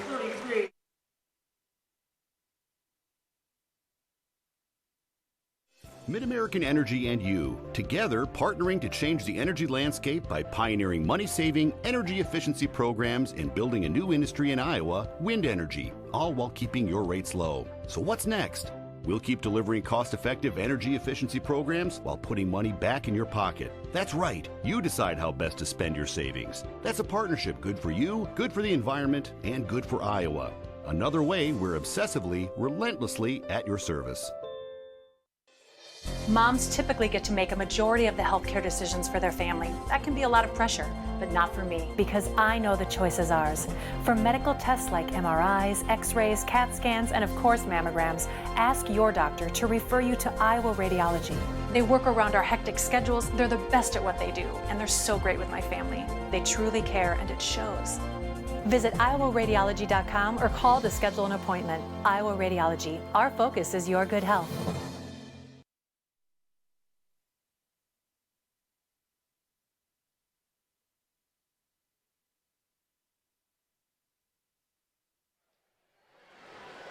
Centennial goes on a 9-0 run to end the third quarter. All rise, the Godfather's in the house. We have to be careful right now. He doesn't want to work. He might want our He wants the night off. Schoen on the left block. He's got to be up early tomorrow morning. Iowa State with an 11 o'clock start. Doubleheader at Hilton tomorrow. Yes, that should be a fun day. A couple top 25 teams. Women at 4 against Texas. Men against... Oh, nice shot inside there with Kiana Harris. Now has 12. Yeah, that's exactly from that angle. That's exactly where you want to attack that zone from.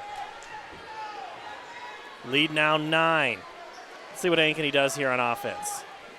Yeah, this all out of sorts so far in this second half.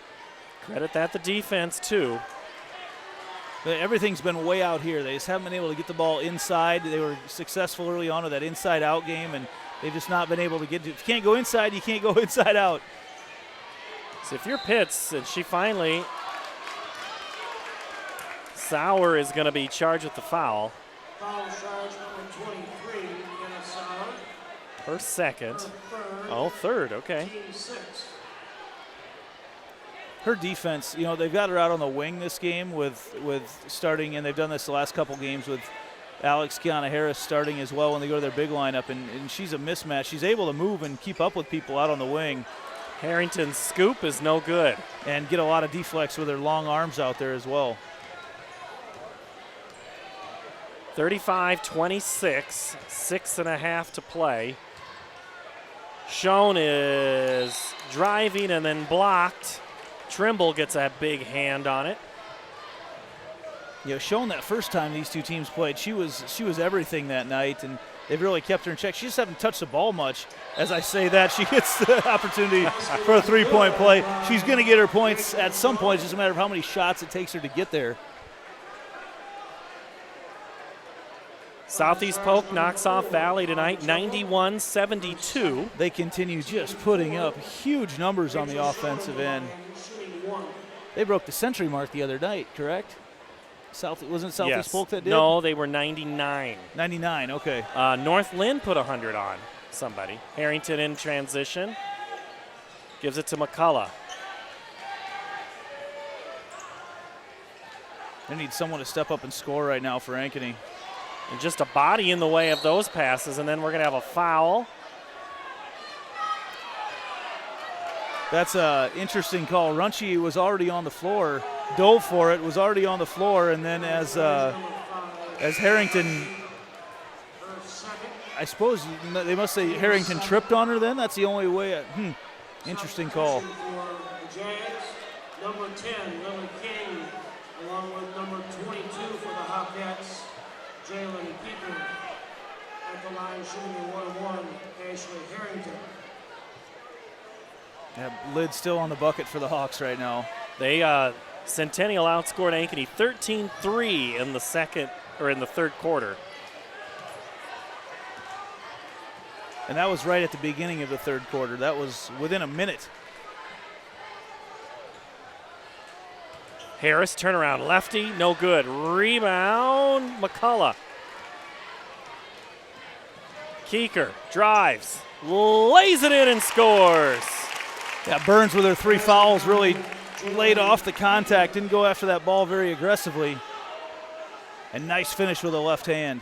And that ends a long drought. Close to 10 minutes. For Ankeny. Harris rebounds. Timeout, Centennial. 5:39 to play here at Ankeny Centennial High School.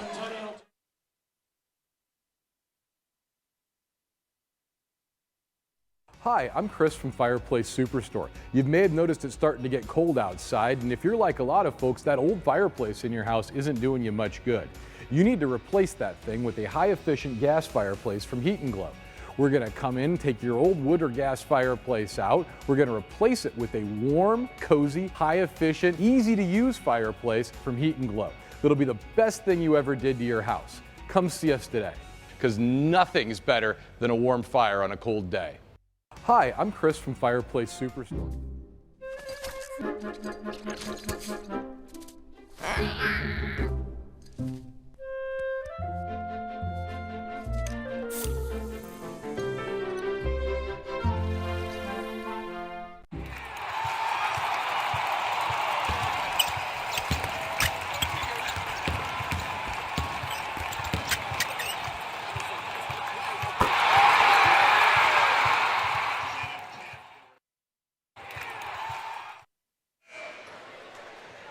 Centennial calls the timeout, up by 11.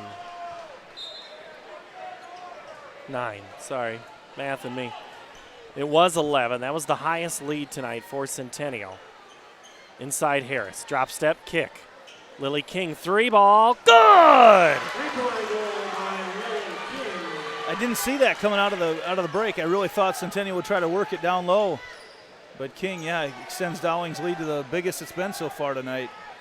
12-point advantage for Centennial.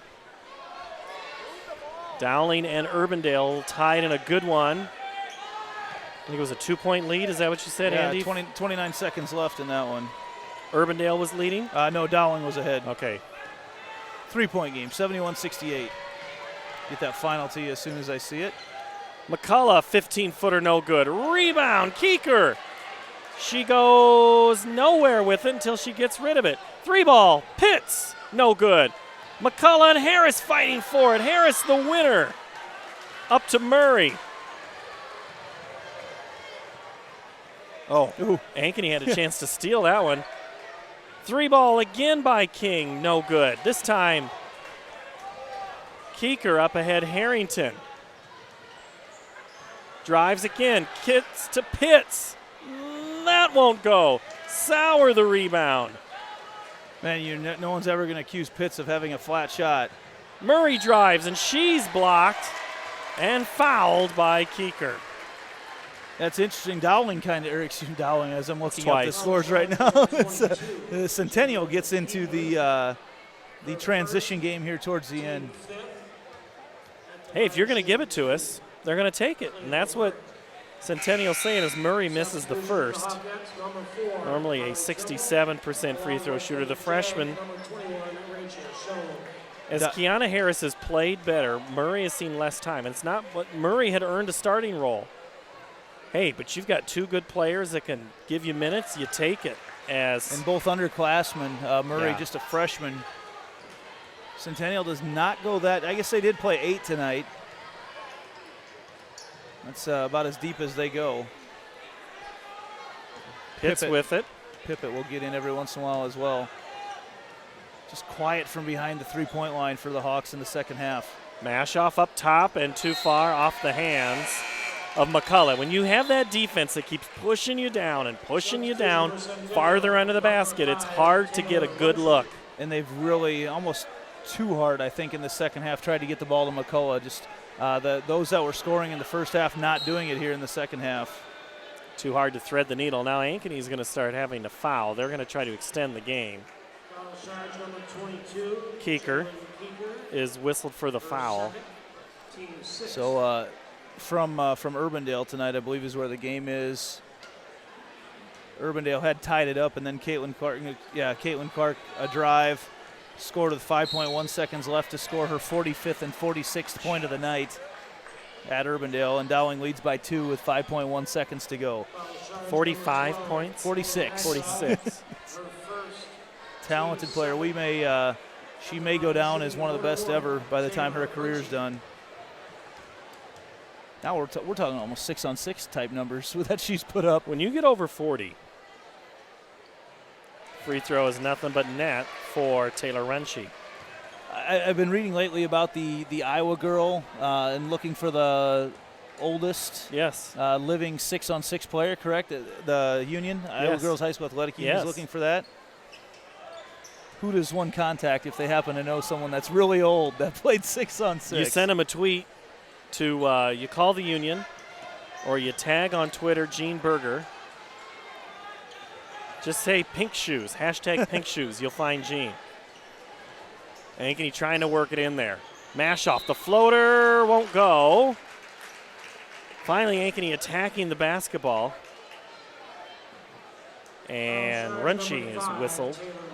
So the Union's trying to find the oldest player. I think Gene told me before Christmas they had found somebody, I thought, in the 80s. And you know there's somebody older. It's just a matter of if you got to know who's around. And so is there some sort of celebration? She'd love to celebrate because I believe this is the 100th state tournament for the girls. Free throw is good for Mashoff. Number 34, Alexandra Harris. Coach McAnally really trying to get the Hawks pressuring on defense, getting everybody up. That's where you look for a long ball here at some point. Here comes the pressure in the There's a backcourt. jump ball. And finally a jump ball is called. Not a foul. Got to keep that ball moving. Good job to get in there without fouling and get a cheap possession back for the Hawks. But now Holly Trimble's got to get it over Kenna Sauer. Somehow she does. Went around her. Yeah, right. Pitts with it, top of the key, approaching 3 minutes to play. McCullough. How about the job Burns has done on her isn't tonight? It something? They've gone back to her covering McCullough after the early part of the second quarter, but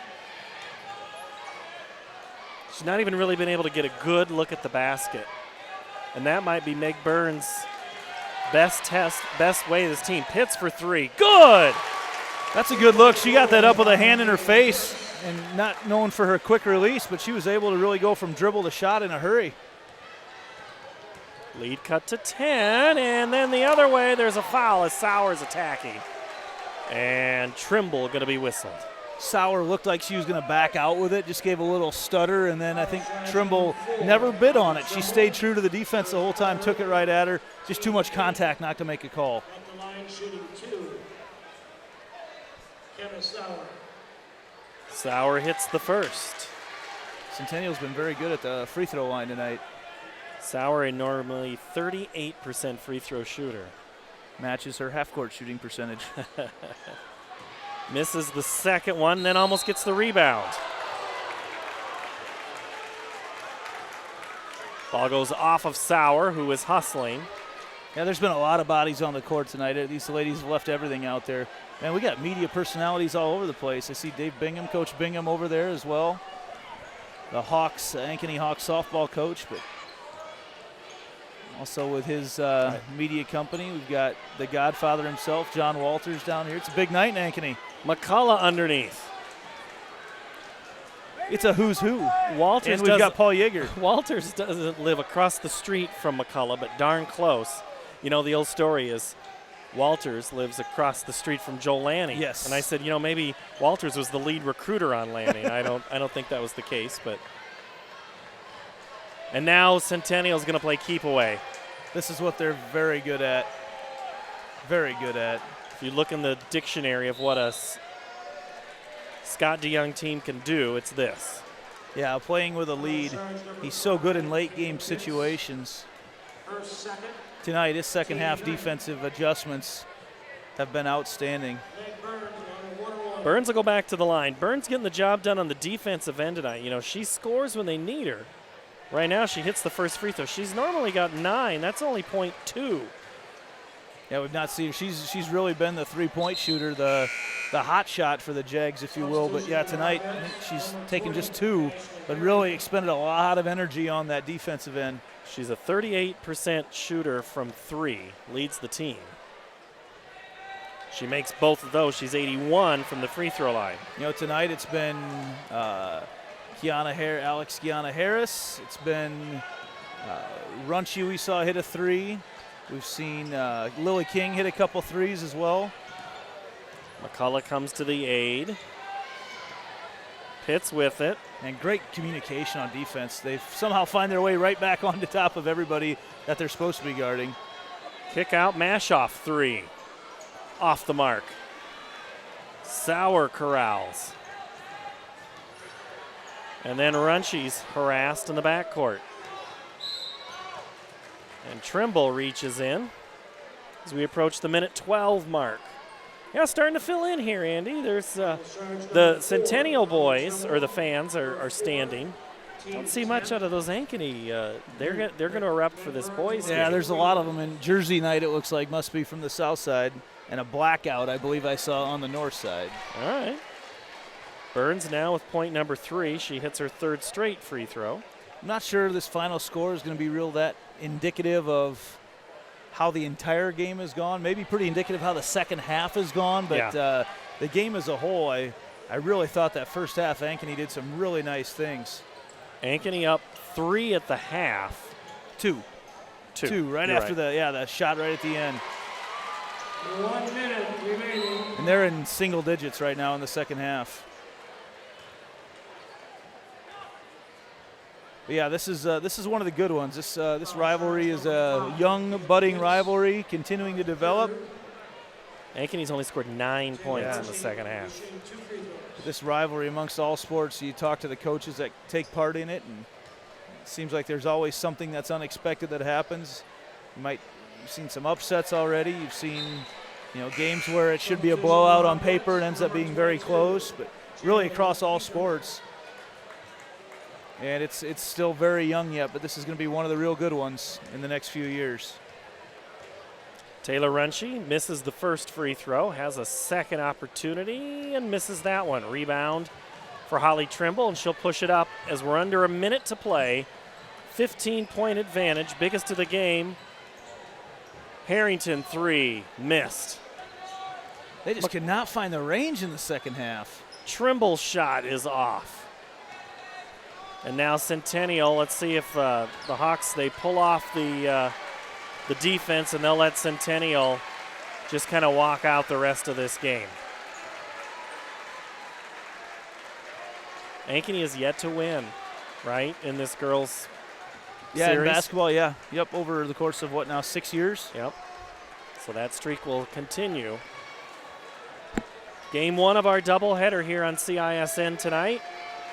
You can go over and watch Valley and Southeast Polk for a few minutes on your other browser. While we have a quick timeout, we'll talk during the between time. We'll get you ready. We'll recap this one, but it's final now. Centennial 47, Ankeny 32. So only 9 second-half points for Ankeny in the second half there. That's why it's only second-half points. And 27, so a 27-9. When you outscore that way, you're going to win more times than not. As Ankeny tonight finishes with 47, they'll drop to 6-7. And Centennial will improve to 9-4. Trimble with 9 for Ankeny, but she didn't score in the second half. Pitts had 8. She only had 3 in the second. Actually, she had 6 in the second half. Pitts did. 9 for Mashoff, 2 for Keeker, 4 for Sarah McCullough. So in both of these games, Andy, McCullough's been real quiet. You're trying to keep her in check. Centennial's done that both times. Every time she touches the ball, they've got a hand in her face, and there's always someone around her. Even when she doesn't have the ball, they really try to deny her the basketball, but when she's got it, everyone on the court knows where she is. And yeah, well, that's a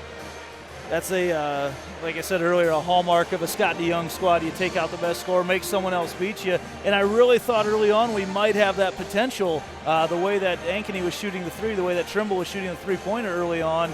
But then in the second half, she just didn't get many touches, really. No, and it just didn't look like McCullough was real comfortable shooting the basketball either. She didn't really look to shoot. And, and maybe some night, maybe that's what they think Centennial's going to key on, so let's not even try it. Let's pass it off, and we'll find out. We'll discuss it a little bit here at halftime of the boys' game, and we are going to fill for just a little bit because we're going to auction off more cakes, Andy. So we'll stay here for just a moment as we continue to wrap up Centennial scoring here. Rachel Schoen tonight with 10, but not the leading scorer. That's Alexandria. Kiana Harris, she had 12. And that was, we saw early on, that was she only had 2 in the second half, and she had 10 at the break. But early on we saw that was going to be the strategy, is make her beat you. And I thought they did a good job, Ankeny did, and Coach McAnally, of trying to take out Schoen and not letting her beat them as she did in that first game, and they did tonight. Really spread things around, though, for Centennial. Like you said, Kiana Harris with 12, but they really spread that scoring around amongst several girls. Kenna Sauer had 7 tonight, 4 for Lily King, 4 for Taylor Runchie, 3 for Meg Burns, as well as Cleo Murray. Actually, Cleo Murray had 4. She had a 3 and then a free throw. So a win for Centennial. They will now play Tuesday against Des Moines North. And it doesn't get any easier for Ankeny as they'll go to Valley, and they'll continue their 8 straight road games. That'll be number 9 non-home games in Ankeny. They had a home game against the Tumble, but they played that at Wells Fargo Arena on Tuesday night. Yeah, it's really a bizarre situation that a team can go that long without a true home game. We're in Polk County. You're not traveling too far, but it's nice to be in your friendly confines and have your own students behind you. And this will be as close as they've been to a home game in a long time tonight. Well, I didn't see a school bus out front. I think they just said drive to the game. We'll see you at the locker room at 5 o'clock. Everybody gets home a lot sooner that way, and there's plenty of parking out here. All right. Well, yeah, plenty of parking. No seating here, I'll tell you that. That's for sure. We got a full house, and we got a boys' game coming up. We'll take a break. We'll be back in a few minutes. This is high school basketball.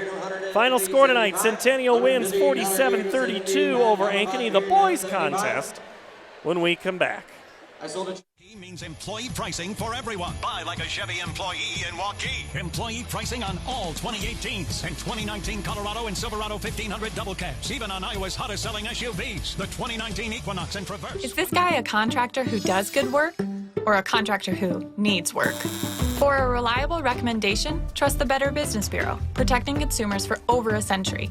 When you go to bbb.org to check out a business, you'll learn if it's BBB accredited, see its grade on customer service, and read honest, useful reviews from local people. For online recommendations you can trust, start with trust at bbb.org. Hi, Hi, Ron here, head coach of Westside Auto Pros. When your car's on the injured reserve, you want to get it back in the game as soon as possible. I know that. That's why you need to bring it here to Westside Auto Pros. I have a team of experts that can fix almost every automotive injury. Whether it's a fractured joint, a brake, or if your car just got its bell rung, no problem. We can even do a complete physical on your car to make sure it's game ready for the entire season. So bring your car to Westside Auto Pros and we'll get it back in the starting lineup in no time. Hey, you guys are dogging it back here. Let's move it, move it, move it. Faster, healthier. You want more. You want to be part of something bigger than yourself. A place for people of all ages, all walks of life, that provides opportunities for all to succeed. We do that. We're the why. Build more than muscle. Build a stronger community. Mid-American Energy and you, together partnering to change the energy landscape by pioneering money-saving, energy efficiency programs and building a new industry in Iowa, wind energy, all while keeping your rates low. So what's next? We'll keep delivering cost-effective energy efficiency programs while putting money back in your pocket. That's right. You decide how best to spend your savings. That's a partnership good for you, good for the environment, and good for Iowa. Another way we're obsessively, relentlessly at your service. Here's to everyone who believes in competition and good sportsmanship, who knows it's not about the... Miss your hometown clothing store? The one that had it all? Everything to get the work done, all in one place? G&L Clothing is your hometown Iowa store. Stop in and see us, or we're only a click or phone call away. Family owned for nearly a century. G&L Clothing, 1801 Ingersoll, Des Moines. G&L Clothing. Your size, your style, we got it all. Miss your hometown. Moms typically get to make a majority of the healthcare decisions for their family. That can be a lot of pressure, but not for me, because I know the choice is ours. For medical tests like MRIs, X-rays, CAT scans, and of course mammograms, ask your doctor to refer you to Iowa Radiology. They work around our hectic schedules, they're the best at what they do, and they're so great with my family. They truly care, and it shows. Visit iowaradiology.com or call to schedule an appointment. Iowa Radiology. Our focus is your good health.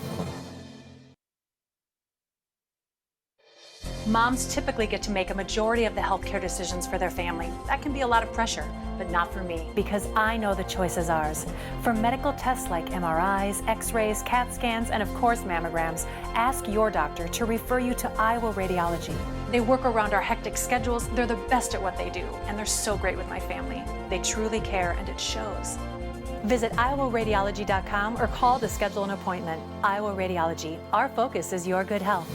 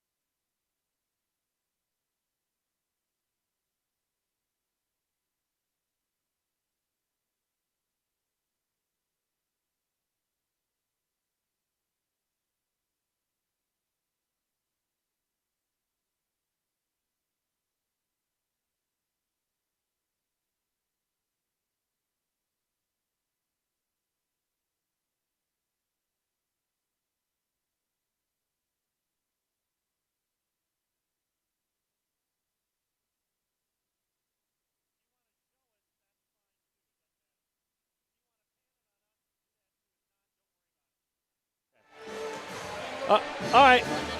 All right, we're going to light it up and get going here. We've had a cake auction. We did not buy anything. I looked away. I didn't make eye contact with anybody.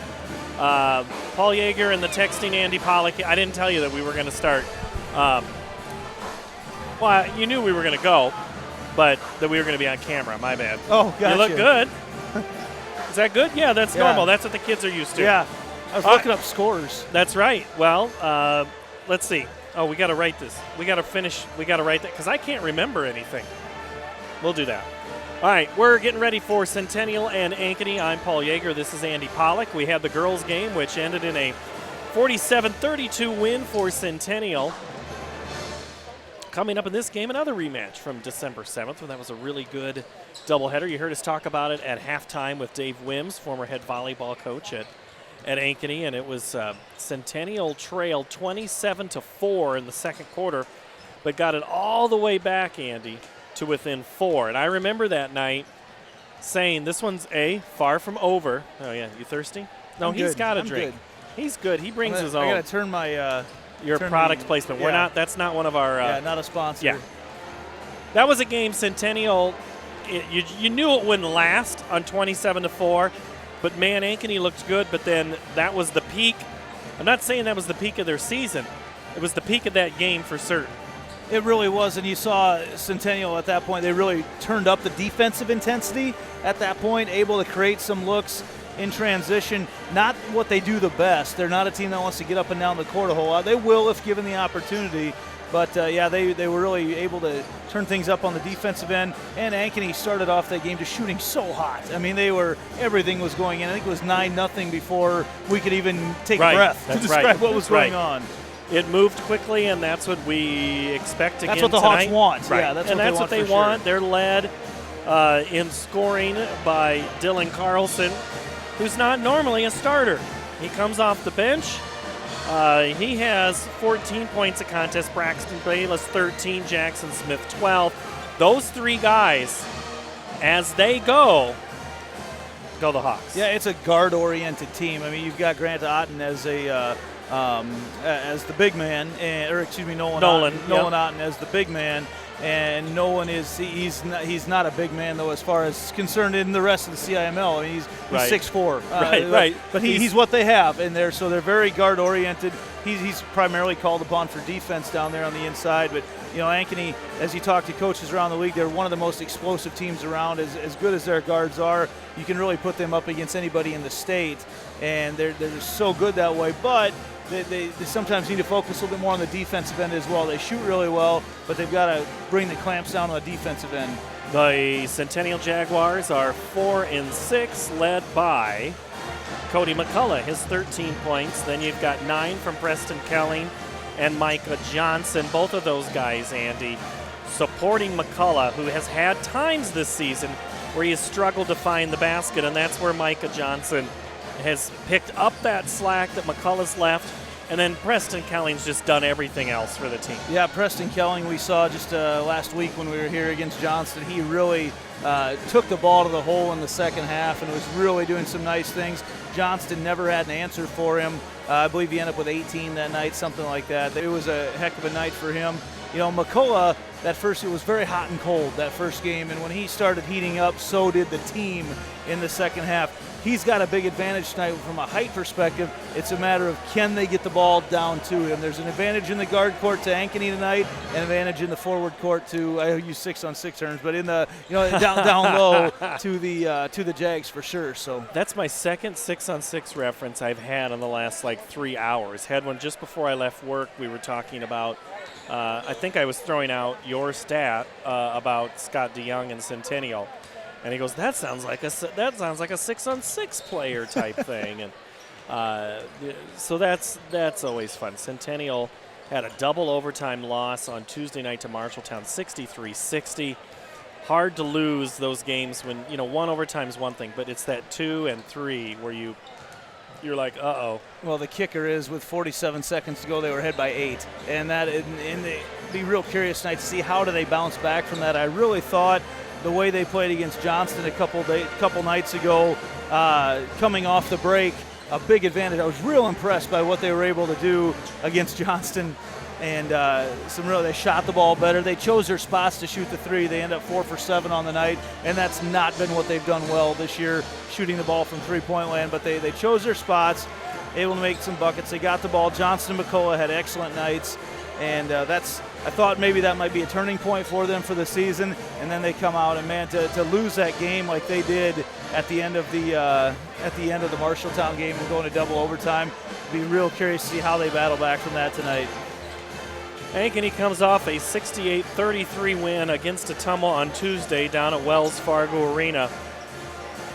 Andy, one of those wins is one of those where you go, all right, maybe that's going to help get us through. See the ball go through the hoop. Yeah, they needed that because they were on a 3-game losing streak. They were up to being ranked as they were second in the state, and then 3 losses, all close losses, but 3 in a row. Yeah. Ames by 8, Johnson by 3, Dowling by 7. Yeah, so yeah, all close. Couldn't quite get over the hump in those games. Games that I know they feel like they should have won, could have won, should have won. But again, it has to be a good shooting night for them, as guard-oriented as they are. And if a team does not allow them to get to the basket, they're going to have to hit those outside shots. All right, so if you are Centennial tonight, Andy, we talk about getting out, getting established, trying to – how do you get into another team's head? How do you do it? Because, I mean, in football, you can't really – I mean, you can trash talk. You can talk, communicate on the line. But if you're Centennial and you're trying to disrupt your rival who got you the last time, how do you do it? Well, you have to start strong. You really do. They were not able to do that the first time. Allowed Ankeny to get in their game, and they had all sorts of confidence as the game went on. You saw, though, as Centennial drew the game closer, Ankeny got a little more tense. Things got a little more heated. If they can keep the game closer early on, they've got a lot better chance tonight. They've got to stay in it. They can't allow it to be a blowout right from the start. They've got to be able to hit some shots. I think in a close game situation, that you almost have to favor Centennial a little bit more than. Well, one of the things Ankeny's trying to do tonight is establish that pace of play, speeding up the opponent's offense. And so when you get a team out of sorts, let's go back to the girls' game. That's exactly what Centennial did to Ankeny in the second half. And that's probably what every team wants to do, is not give you the ball in a place where you can get it in flow and get a shot, or get it in a clean pass, or get something of like, this is what I've done in practice over and over and over again. It's real easy to say they want to set and play their style and play their tempo. However, you look at it tonight, if Centennial wants to play slower and they want to walk the ball up the court, well, that's advantage to Ankeny then, because in the guard court, that allows them to defend them a lot more and allows them to get some transition baskets. And I promise you they'll be getting some steals that way if that's the way they elect to play. So that you have to choose your spots. So by talking about pace of play and tempo, I'm not talking about just slowing down doing everything. It means you can't force things where it can't be forced. And Centennial's going to have to capitalize. They're going to have good looks under the basket tonight. They're going to have to capitalize when they get those looks. All right, we'll step away for a quick minute. We'll come back, and then we'll get our final thoughts before starting lineups and then the teacher event that's going on. We'll step away for a minute. This is high school basketball on CISN. 8% off new 18 Silverado 1500 crew cabs, 20% off 18 and 19 Sonic and Spark, and 18 Impala. Used vehicle buyer on hand, paying top dollar for your trade. Employee pricing for everyone. Schottenkirk Chevrolet Waukee, WaukeeChevy.com. Year-end closeout event at Schottenkirk Chevrolet Waukee means employee pricing for everyone. Buy like a Chevy employee in Waukee. Employee pricing on all 2018s and 2019 Colorado and Silverado 1500 double cabs, even on Iowa's hottest selling SUVs. The 2019 Equinox and Traverse, 28% off new 18 Silverado 1500 crew cabs, 20% off 18 and 19 Sonic and Spark, and 18 Impala. Used vehicle buyer on hand, paying top dollar for your trade. Employee pricing for everyone. Schottenkirk Chevrolet Waukee, WaukeeChevy. Mid-American Energy and you, together partnering to change the energy landscape by pioneering money-saving, energy efficiency programs and building a new industry in Iowa, wind energy, all while keeping your rates low. So what's next? We'll keep delivering cost-effective energy efficiency programs while putting money back in your pocket. That's right. You decide how best to spend your savings. That's a partnership good for you, good for the environment, and good for Iowa. Another way we're obsessively, relentlessly at your service. Welcome back to Ankeny Centennial High School. It's time for high school basketball on CISN.TV. Another Friday night, another good basketball matchup. This time, crosstown rivals. Ankeny and Centennial. Hello, everybody. Paul Yeager alongside Andy Pollock. Peter Tarpey is with us as well. This game is 7-3, the Ankeny Hawks and the Jaguars at 4-6. The last time these two teams met was back on December 7th. It was a 58-50 win for the Hawks. And if they're going to do that again tonight, Andy, what do they need to do? Well, they've got to press the tempo. They've got to be able to hit some of those shots early on and really get running up and down the court. You got to beat the bigs for Centennial down the court. That's going to be a key. If they can beat them down the court and get a couple of layups, they're going to be in good shape. And the Ankeny Hawks led by Braxton Bralis, Jackson Smith, and Dylan Carlson. 3 double team scores. Jordan Kumm also puts in the points, as is Jaron Cruz. This is a team that a lot of points are scored. They're averaging for the year 65 points a contest, almost 13 points better than Centennial's 52. And they do. They get up and down the court. They press the tempo. Any of those guys has the potential to go off on a given night as well. I mean, we saw that Bayless didn't have very many points at all the first time that they played. Kumm had a lot in that game. And he really was hot to start off the game. So any of those guys, there's not a one particular player you can focus on and try to take him out. You've got to defend the entire half court. Well, and Centennial is going to be doing it with one less player, as Garrett Sieversyk in plain clothes tonight. A part-time starter this season and very much a contributor to this team. One of the Gets outside a lot of minutes, shooters. and one of their outside shooters will not play.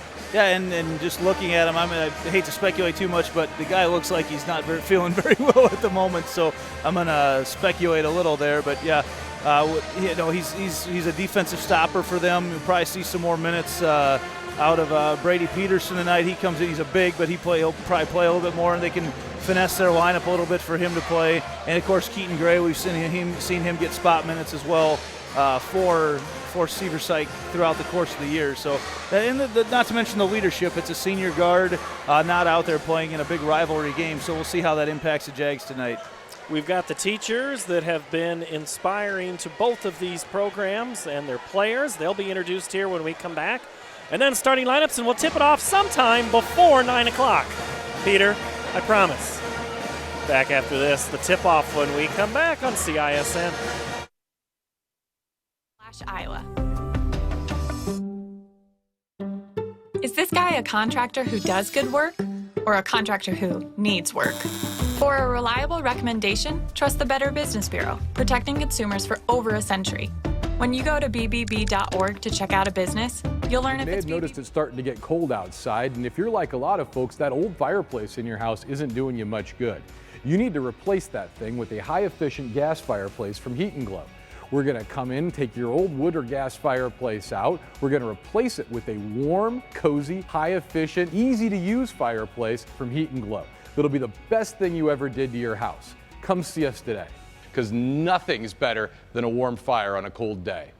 Hi, I'm Chris from Fireplace Super. Medals, but rather the lessons learned.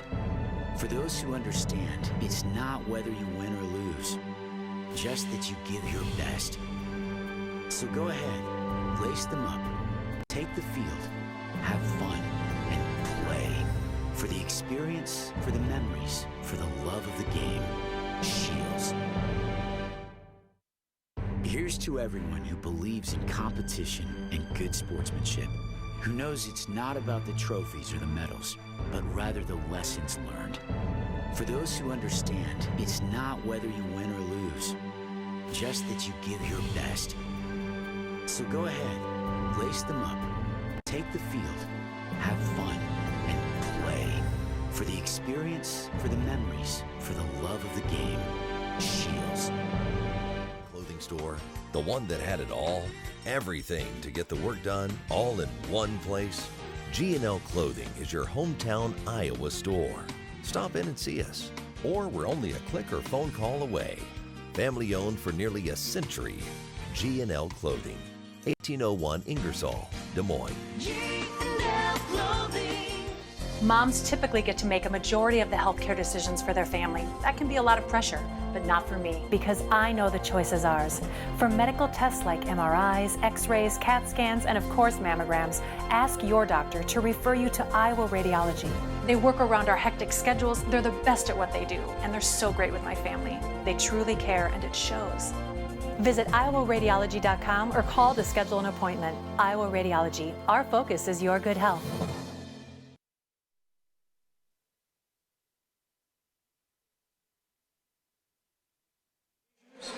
And we'll start with our guest from Ankeny High. We're going to honor all the teachers that have made an impact for each one of those players, and you'll see all these introduced. Peyton Fay, accompanied by Jennifer Corbelli. Dylan Carlson, accompanied by Mrs. Bell. Sharon Cruz, accompanied by Emily. Accompanied by Molly Norton. Grant Moeller, accompanied by Coach Brandon Johnson. Taylor Budden, accompanied by Tyler Budden, accompanied by Taylor Hubbard. Drake Bennett, accompanied by Jenny Wirtz. Braxton Bayless, accompanied by Melissa Johnson. Jackson Smith, accompanied by Kristen Campbell Blumheit-Hagen. John Cruz, again with Mrs. Hallam. Nolan Otten with Mr. Cowger. And Jordan Cum, accompanied by Mr. Asmussen. Those are our guests from Ankeny High. And now for our Centennial players and the teachers that have made an impact on their lives. Seth Tippett with Mr. Gettamy. Cameron Francis with Mr. Fontana. Cade Mackey with Mr. Peterson. Brady Peterson with Preston Killing with Mrs. Blevins. Caleb Van Meter with Mr. Rame. Eugene Buchanan with Mrs. Bosser. Ryder Pegram, Cody McCullough, and Ben Breeding with Mrs. Baker.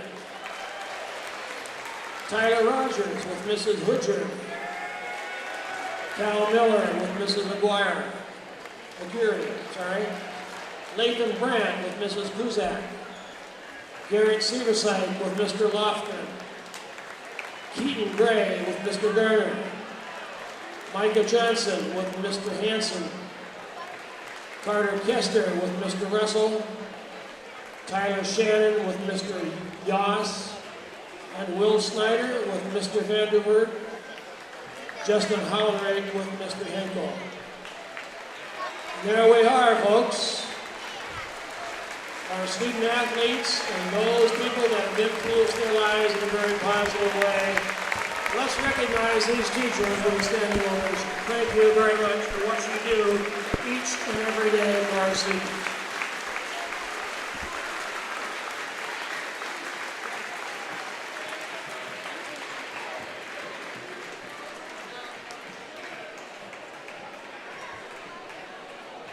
Good evening, ladies and gentlemen. Welcome to Jaguar basketball. Tonight's game will match the Hawks from Ankeny High against our own Centennial Jaguars. Tonight's contest is a CIML conference game.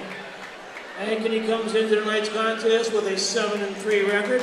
They are coached by Brant Carlson, and he is assisted by Nate Toby, Brandon Johnson, and Mark Roush. Ankeny Centennial has a 4-6 record. They are coached by Bob Fontana in his 6th season at Ankeny Centennial. He is assisted by Greg Severside, Ben Lamont, and Mark West.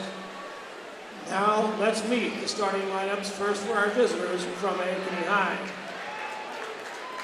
Starting at a guard, 5'10" junior, number 11, Jordan Cum. At a guard, 5'11" junior, number 13, Jackson Smith. And a guard, 6'1" junior, number 15, Braxton Bayless. And a guard, a 6'1" sophomore, number 23, Jaron Cruz. And at a forward, a 6'4" junior, number 53, Nolan Otten. And now for our home team, our Ankeny Centennial Jaguars. Starting at a guard, a 6'2 junior, number 5, Preston Kelly. At a guard, a 5'11 senior, number 20, Tyler Rogers. At one forward, a 6'4 senior, number 24, Lathan Brandt. At another forward, a 6'7 junior, number 35, Cody McCullough. And rounding out the forward board, a 6'7 junior, number 42, Micah Johnson. Our officials. Your starting lineups tonight. Jeff Osborne and Chad Jordan Schulmer. Comm, Jackson Smith, Braxton Bayless, Jaron Cruz, and Nolan Otten for the Ankeny Hawks, which are 7-3. Centennial 4-6. With Preston Kelly, Tyler Rogers, Cody McCullough, Micah Johnson, and Lathan Brandt. We'll have a late start here tonight for those of us, for our West Coast affiliates tonight, trying to keep up. This is like a Pac-12 game, Peter. We're just getting, this is CIML after dark. Isn't that what they call it in the CIML Pac-12? after dark, yep. I said we heard from our other crew out there tonight that they'll be watching us from home, I believe, right? Dar Danielson, and Trent Conan out there. Dar heard that there was a cake auction, and he ordered German chocolate. And I said, so do I, and I haven't gotten any yet. We've seen some people come up here as we get ready. Ankeny tonight in their road yellows, where Centennial will wear their home whites. 32 minutes of basketball begins right now. Tip off at 8:26. Nope. We're gonna Never mind. Why not delay it a couple seconds longer? 8:26:30. He's going to say Bayless tipped it on the way up. You've got to let it get up in the air. Those of you that watched Inside Stuff growing up. And McCullough, right to Jordan Comm, who misses the layup. Tempo's already pretty fast. Preston Kelly, now Brandt, 3-ball. Off the mark, rebound for Ankeny, and that's Jaron Cruz in transition, kicks it. Bayless doesn't stay put very long, shot is blocked. Centennial clears. That's where Centennial's got the advantage. McCullough doesn't look to shoot, gets it off to Johnson, who drives, and Otten not called for the foul, but instead a travel on Johnson. He did that left leg. He really tried to, that long right leg went to step through, and just before he got dribbling, the left leg took a couple shuffles.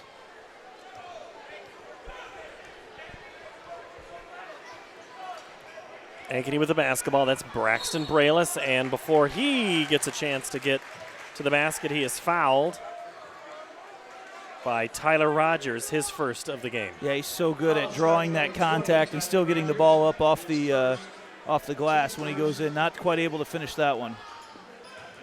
Comm puts it off the leg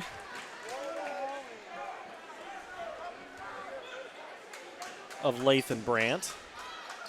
This time Otten had a 3 thought for a moment and then realized I want to keep playing. Nice kick. Otten this time will shoot it.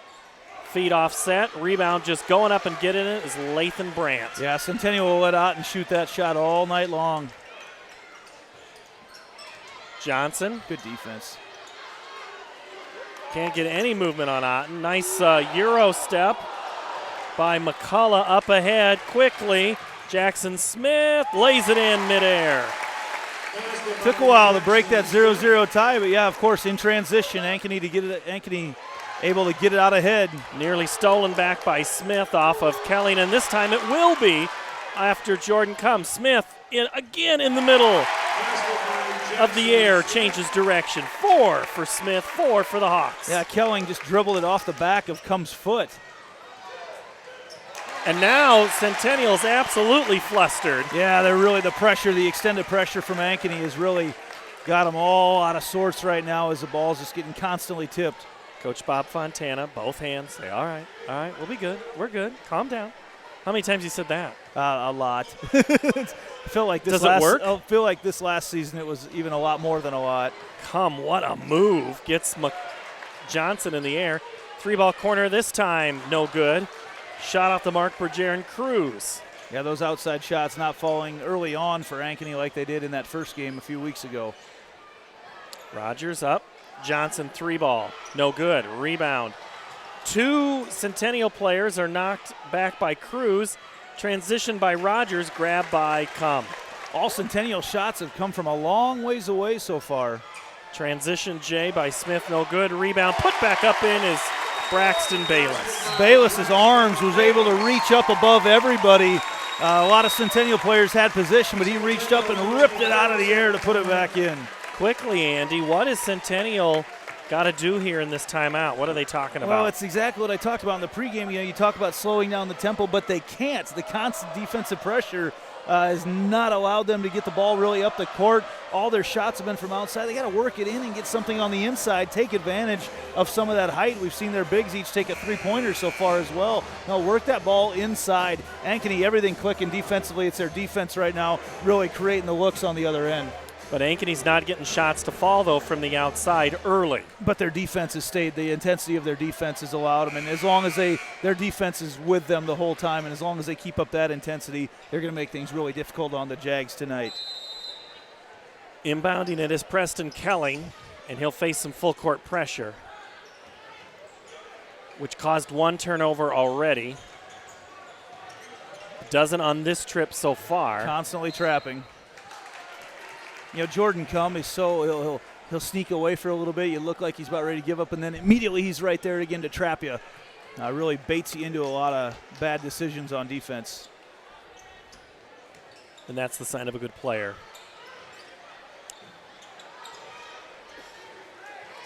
Johnson swings. Now Centennial being very deliberate. Cowling drives, draws contact, and that might be on 11. I think it is on Jordan.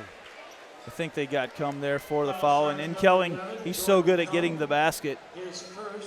Real quick off the dribble, actually. Just able to get himself there a lot. But they got to figure out a way to work the ball down low.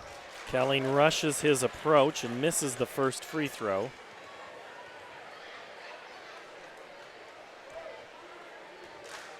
He'll have another.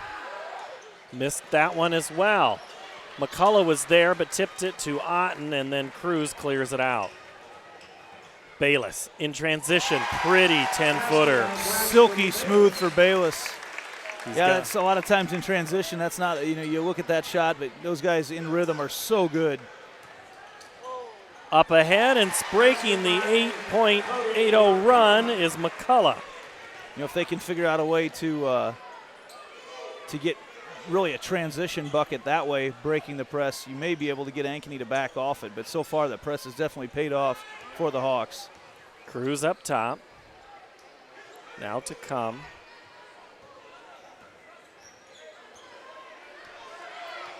Cum looks to the bench for a little play call. And Coach Carlson wants more motion.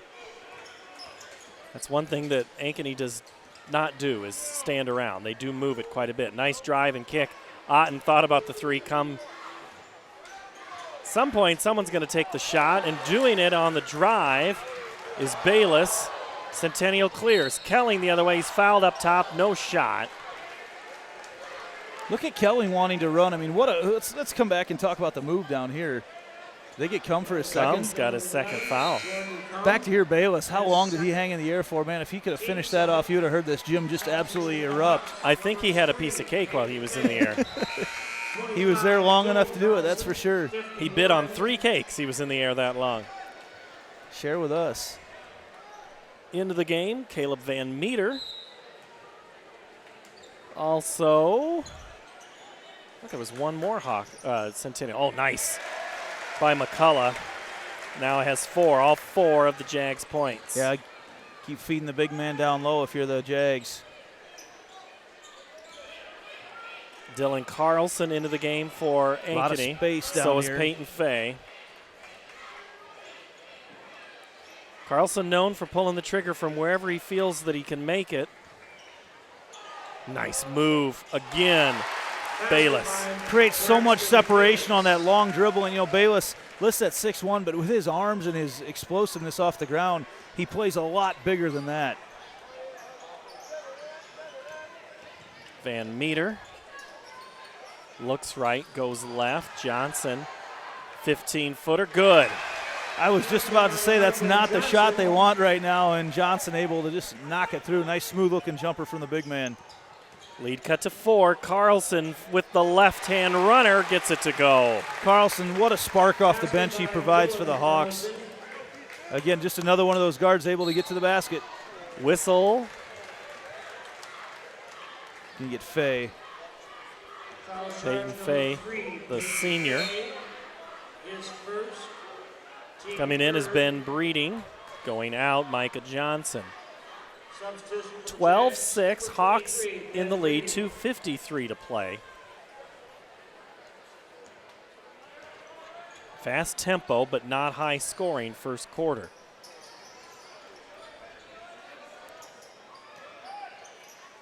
Kelly,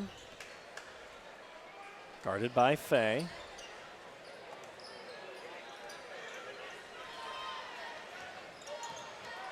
Kelly going, turning, traveling, trying to take the charge was Cruz.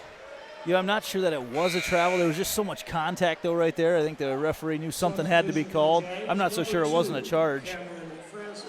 The Ankeny student body fans, they're all the way to the ceiling. Yeah, here. they were. They had spilled out in the aisles for a little while there, but I'm not sure if a fire marshal came around and told them to get out or what. And on the Centennial side, good-looking crowd, almost standing the full way. Three-pointer no good by Carlson, breeding the board.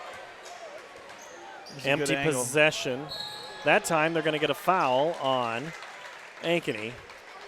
Yeah, Bayless just kind of lost his footing and tripped up Rogers as he went by. Those long arms again got a little tip on the ball. If he doesn't end up tripping on his feet out there, they let that go.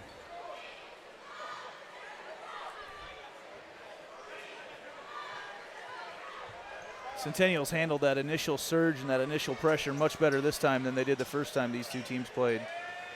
Well, Coach says they're playing better. Coach Fontana said, you know, we're putting things together one game at a time. Where have you heard that one before? Breeding thought about it for a moment. Francis dishes to Kelly, who misses the three. I'm not sure Breeding understood or realized how wide open he was after he battled through the dribble. Substitution for the Jags, 42. Breeding's not always looking to shoot the basketball. Sometimes players just don't feel comfortable. Coach Fontana's right there letting him know that he was wide open as Breeding takes a seat on the bench. So put that ball up, big man.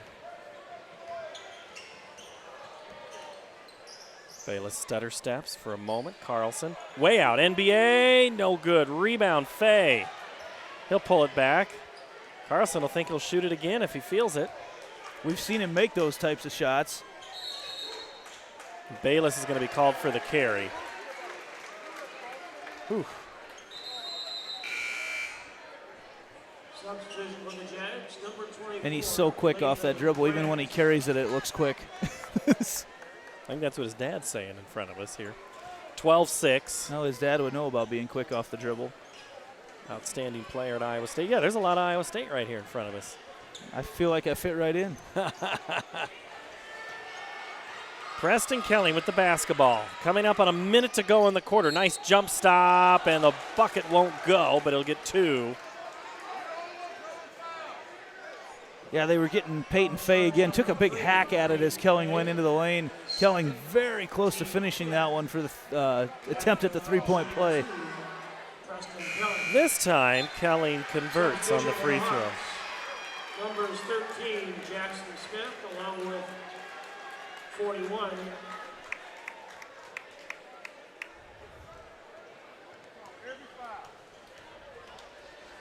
Callain misses the second. Johnson and McCullough go over Ankeny. And then we're going to have a foul. Got Carlson for it down low. A lot of ball there, but must have just got a little bit more of a hand than ball. Centennial on the verge of shooting a lot of free throws here. That's already 6 on the Hawks, and several men on shots. Their shooting woes continue. They've not been a good free throw shooting team throughout the course of the year, and that's continuing tonight. On the season, only 64%. They're actually better shooting free throws than Ankeny is.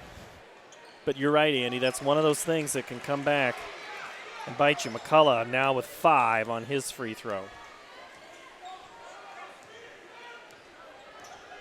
Lead back to 4 as we're under a minute. Carlson pulls it up.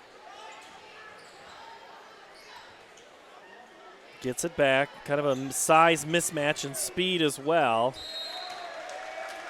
Fay was there, but that was a blistering pass from Carlson. Yeah, Carlson really got forced a lot further towards the baseline than what he wanted to, as they use that baseline as, a 6th defender on the court. Trying to get out to Fay for a 3-point shot. There's a screen being set by Manis a long ways away from the ball, and they had a good look at it if they were able to complete that pass. Kelly up ahead to Johnson.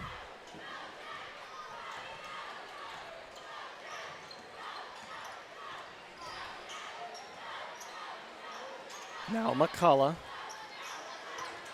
Lathan Brandt back in. They're going to call jump ball on that.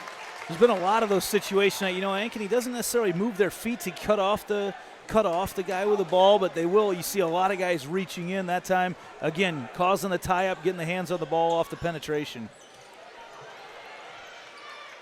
Johnson. They'd like to get the ball to McCullough down there. He's really battling hard for position. 10 seconds. Nice move by Van Meter is good. 2-point lead, 3 seconds. Carlson, step back 3. Got it! You knew that was coming, Andy. No doubts there. Yeah, Carlson with a step back created a lot of separation. Not a great shot normally and early in a possession, but man, right before the end of the quarter, it doesn't get much better than that.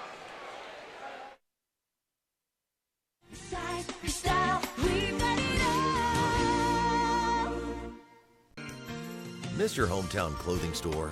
The one that had it all? Everything to get the work done, all in one place? G&L Clothing is your hometown Iowa store. Stop in and see us, or we're only a click or phone call away. Family owned for nearly a century. G&L Clothing, 1801 Ingersoll, Des Moines. G&L Clothing, your size, your style, we've got it all. So Dylan Carlson comes off the bench and scores a bunch of points. Stop me if you've heard this one before, Andy. Every night. He has 5, and that is second on the team. Bayless has 6. Jackson Smith 4. The Hawks have 15 for Centennial. Micah Johnson a pair. McCullough 5. Van Meter 2. Kelling 1. Ankeny used 9 guys in that first quarter. So I think we had a little spill here. Might take a delay to get the second quarter started, but they're gonna. Looks like, are they going back out with their starters? Yeah, you're gonna really see them press the tempo again here right now. They got several buckets. I think they had 4 real quick buckets in transition, steals off the press. Look for them to try to do that again here to start the second quarter. As long as they didn't spill any cake, we'll be fine. 5-point advantage for Ankeny. Jordan Cum, Jackson Smith, Nolan Otten, Braxton Braylis, and Jaron Cruz out there for Ankeny. If they would figure out a way to wheel one of those cakes up closer to us, they might get me to bid on it, but I can't get out. I'm wedged in here pretty good. I'm not going anywhere. They can take your money. You can yell your credit card number from far away. McCullough, Johnson, Van Meter, Brandt, and Kelling get the start for Centennial. Nice move. Oh, and then missing it is Smith. He hits the ground hard, and it's up ahead for Centennial. That's going to be an offensive foul on McCullough. Yeah, good hustle back by Cruz. McCullough had no idea he was even there, I don't think. Just dropped the left forearm. That contact came when he wasn't expecting it, and it's kind of instinctive. They got the call right. Still a 5-point lead for Ankeny. They've got the basketball. Jordan Cum with it now. Kind of a 2-1-2 look on defense for the Jags. I was just going to say, and the offense looks a little different here on this breaking of this defense. Looks just like the 5 on a dice if you were to take the picture from up top. And getting a hand on it is Van Meter. Otten thought about it.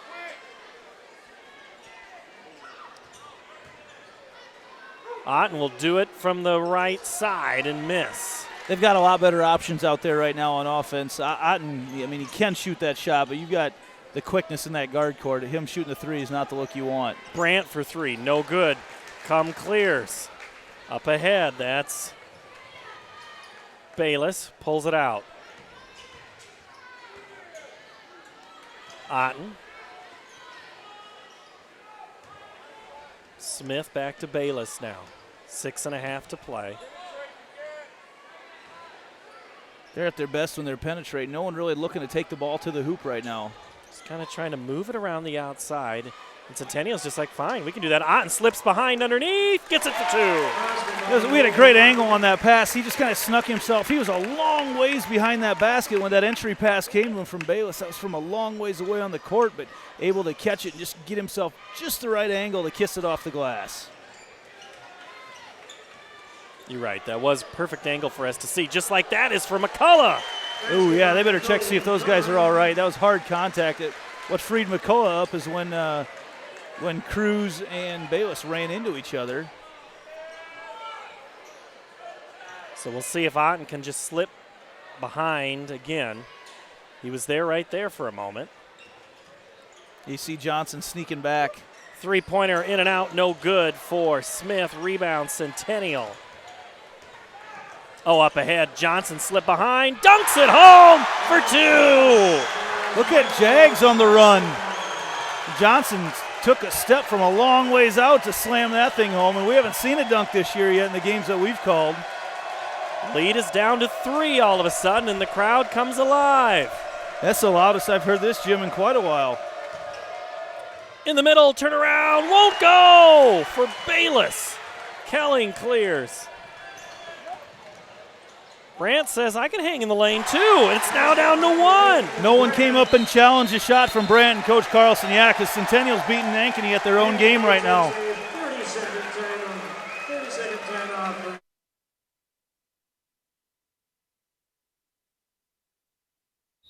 Hi, Ron here, head coach of Westside Auto Pros. When your car's on the injured reserve, you want to get it back in the game as soon as possible. I know that. That's why you need to bring it here to Westside Auto Pros. I have a team of experts that can fix almost every automotive injury, whether it's a fractured joint, a brake, or if your car just got its bell rung, no problem. We can even do a complete physical on your car to make sure it's game ready for the entire season. So bring your car to Westside Auto Pros and we'll get it back in the starting lineup in no time.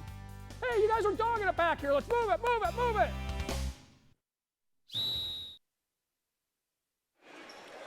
Ankeny holds a 1-point lead, Andy Pollock. And as you said, Centennial doing what Ankeny does best, hustling. Yeah, they're really able to beat them back in transition. Couple easy buckets, a dunk. And then, having Brandt hang in the lane forever to finish that right before the timeout. A la Braxton Brayless almost. In the corner, Jordan Come, 3-ball, no good. Rebound, Ankeny. For as good as Ankeny was and everything shooting. In that first game, they've been off in this one so far from three-point land. Otten the deuce. Again, he sneaks out. They extend that defense. The Jags really try to come out and extend that defense, and Otten coming from behind the glass again. Good recognition, way to get his body in position to score. Johnson, the strong jumper. Come up ahead, slows it down for a moment. Yeah, really since the first couple minutes, we haven't seen Ankeny get into a run up and down the court type of game. Otten 3-ball corner, won't go. Kind of like Alexandria Kiana Harris, Ankeny dared her to shoot it. Otten with the rebound. Yeah, they're going to he's 0 for 3 right now, and they'll continue to let him go. Carlson kicks to Come, good. Was that a pass on purpose? I'm not sure. I'm not sure either. I'm not sure. Timeout, Centennial. All of a sudden, the Hawks back to a 5-point lead here in Ankeny.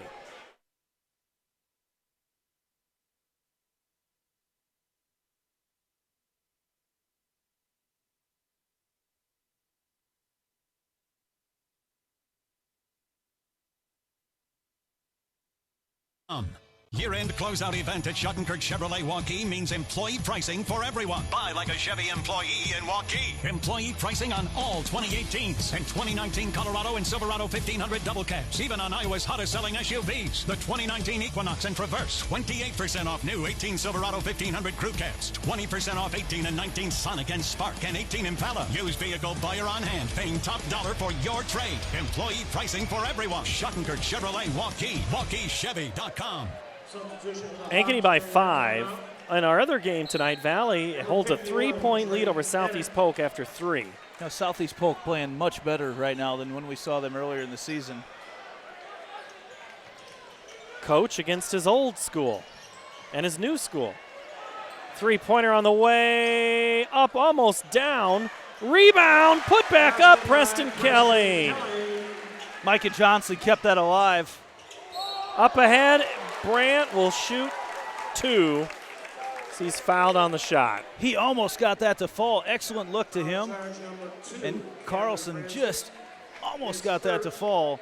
Francis kind of caught in no man's land, didn't know the ball was thrown. He ended up undercutting Carlson, didn't even realize he was doing it, and that would have been that had potential for an SC top 10 look if Carlson could have got that to fall. Substitution for the Jags, number 10, Caleb Van Meter.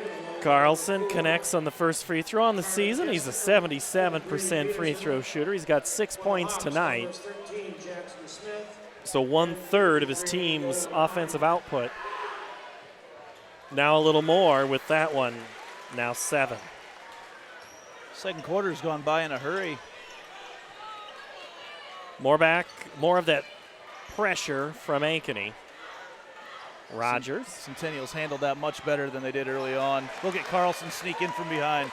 Just picked the pocket of Brady Peterson up away. Carlson blocked by Kelling. And Kelling wanted that. He's not going to deny, yeah, I did that, but that's what I need to do. Don't let him make the shot. Yeah, that make him earn it at the free throw line. That big swatting motion, I think. Kelling got a lot of ball, but just that swatting motion, you kind of take away your margin for error. Carlson will shoot free throws all day if you let him. He's now got 8, 3 in a row. Again, the leading scorer for Ankeny comes off the bench. Makes them both. 7-point advantage for Ankeny. Just under 3 minutes to play. Still pushing the tempo. Catch Kelling in the corner. Rogers, nice move. In the lane, scores. You know, that press, the way that Centennial started to handle it right now is kind of hurting Ankeny more than it's helping them. Early on, it definitely helped, but they've got a lot of easy buckets off breaking that pressure. Jaron Cruz. Now Smith.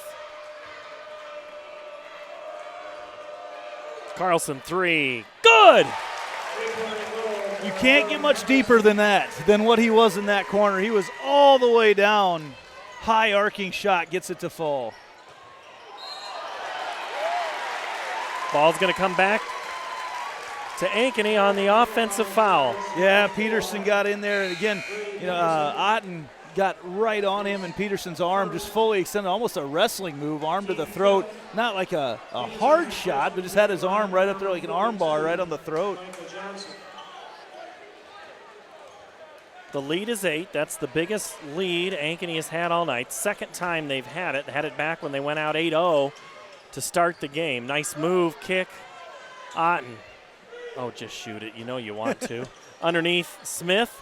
Post up move over Van Meter, who will be whistled for the foul. That's a good matchup down low with Smith on Van Meter. He's got a couple-inch advantage, and really no one else around. They've brought all the bigs have cleared the lane.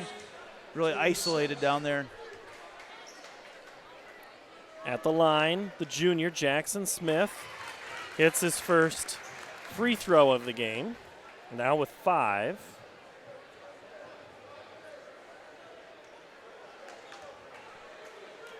And that's the biggest lead of the game for Ankeny, now at 9. Make it 10. Yeah, Ankeny shot their free throws very well tonight. And here comes some pressure again.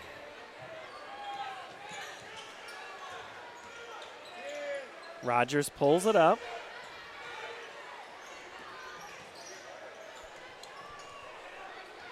Approaching the 90-second mark in the half. Drew McAnally, head coach of the Ankeny Hawks, will join us at half. McCullough bodies with Bayless.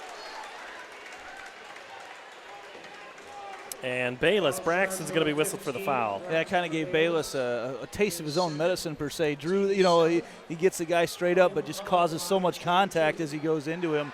Yeah, that's really what he likes to do to defenders. You don't think these guys know each other?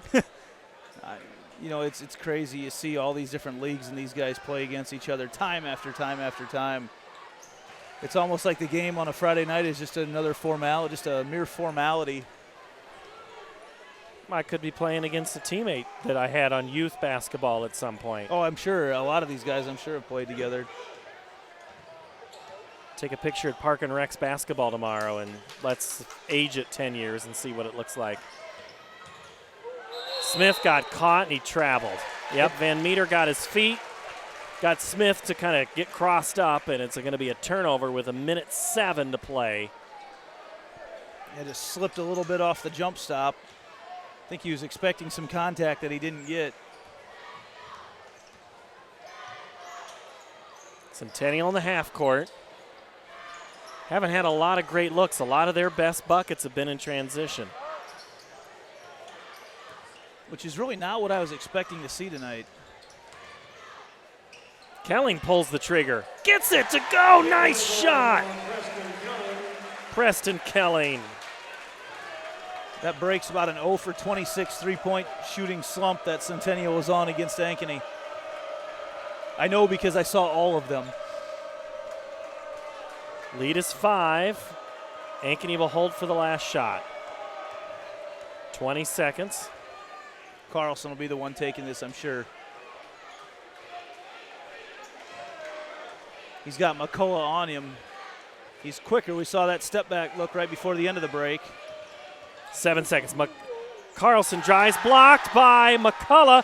3-ball, no good. Rebound comes up to Johnson, and they got 2 good looks, or 2 shots, not 2 great looks. And it's a 5-point Ankeny lead at the half.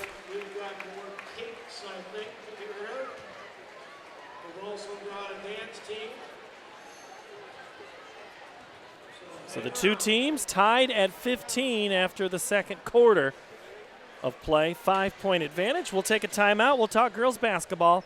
Coach Mack when we come back. You want to get stronger, faster, healthier. You want more. You want to be part of something bigger than yourself. A place for people of all ages, all walks of life, that provides opportunities for all to succeed. We do that. We're the why. Build more than muscle. Build a stronger community. Accredited. See its grade on customer service and read honest, useful reviews from local people. For online recommendations you can trust, start with trust at bbb.org/Iowa. Is this guy a contractor who does good work or a contractor who needs work? For a reliable recommendation. MidAmerican Energy and you, together partnering to change the energy landscape by pioneering money-saving, energy efficiency programs and building a new industry in Iowa, wind energy, all while keeping your rates low. So what's next? We'll keep delivering cost-effective energy efficiency programs while putting money back in your pocket. That's right. You decide how best to spend your savings. That's a partnership good for you, good for the environment, and good for Iowa. Another way we're obsessively, relentlessly at your service. MidAmerican Energy. Here's to everyone who believes in competition and good sportsmanship, who knows it's not about the trophies or the medals, but rather the lessons learned. For those who understand, it's not whether you win or lose, just that you give your best. So go ahead, lace them up, take the field, have fun, and play. For the experience, for the memories, for the love of the game. Cheers. Don't pay attention to him. Look at me. Hey, we're going to keep Coach Mack's hands. You just keep them in your pocket, and you'll be fine. Don't be bidding on any of these cakes. Do you want one? Have you seen these cakes? Oh, they look amazing. It's unbelievable what people came up with tonight. Now, what happened to you? Now all of a sudden I can't hear the guy. It's so loud in here. Hopefully you can hear me. Get that thing closer. I got you. There we go. All right. Coach Drew McAnally, head girls basketball coach. What's it like to have a game in the town of Ankeny?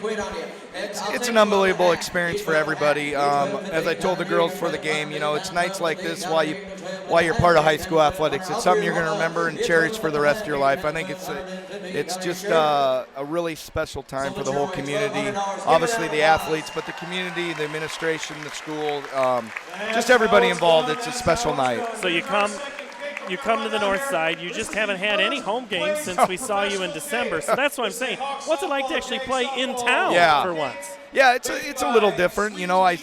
We have 5 straight Friday nights, and I said we kind of have 5 straight home games, but one of them's here at Centennial. We literally haven't played a home game since December 7th when you guys were at our place. It feels like a whole season ago. Yeah. And finally next Friday we're going to be home. So you've been on the road. You're trying to figure out what's working. One of the things that looks like it's working is your outside shooting. Yeah, we're shooting the ball a lot better. I tell you what, we spent a lot of time on it in practice, and the girls are doing a good job. We're really distributing well, finding each other, sharing the basketball. We talk a lot about your teammate might have a good shot, or you might have a good shot, but your teammate might have a great shot. And that's always going to not only help us as a team, it's going to help your shooting percentage. And the girls have really bought into that, and they're really doing a wonderful job of sharing the basketball. So in the third quarter, was that kind of what was the halftime message? Because in the third quarter, it looked like there were some open shots, and they were maybe passing it. It didn't look like a couple of your girls were maybe real tentative to take shots. I think we have to work so hard, especially against their personnel with their size and physicality advantage, that our girls are battling so hard on the defensive end that we come down on offense, and it's like just give it. It's almost like they need a moment to get their legs back, and you catch the ball and you're not ready to shoot right away. But I thought overall the girls battled and did a great job, and that's credit to Centennial. They're a phenomenal defensive team. So Holly Trimble 9 points, all via the 3. She just really looked to be in the flow. 2 threes for Kayla Pitts. Ellie Mashoff had some good shots early on, too. Yeah, absolutely. Ellie and Holly, from the offensive end, since Abby's really went down, have really stepped up and done a really nice job. We know Kayla being a returning starter, she does a great job distributing the ball, and she can hit shots, great free throw shooter. But Holly and Ellie have really stepped up offensively, and that's been huge.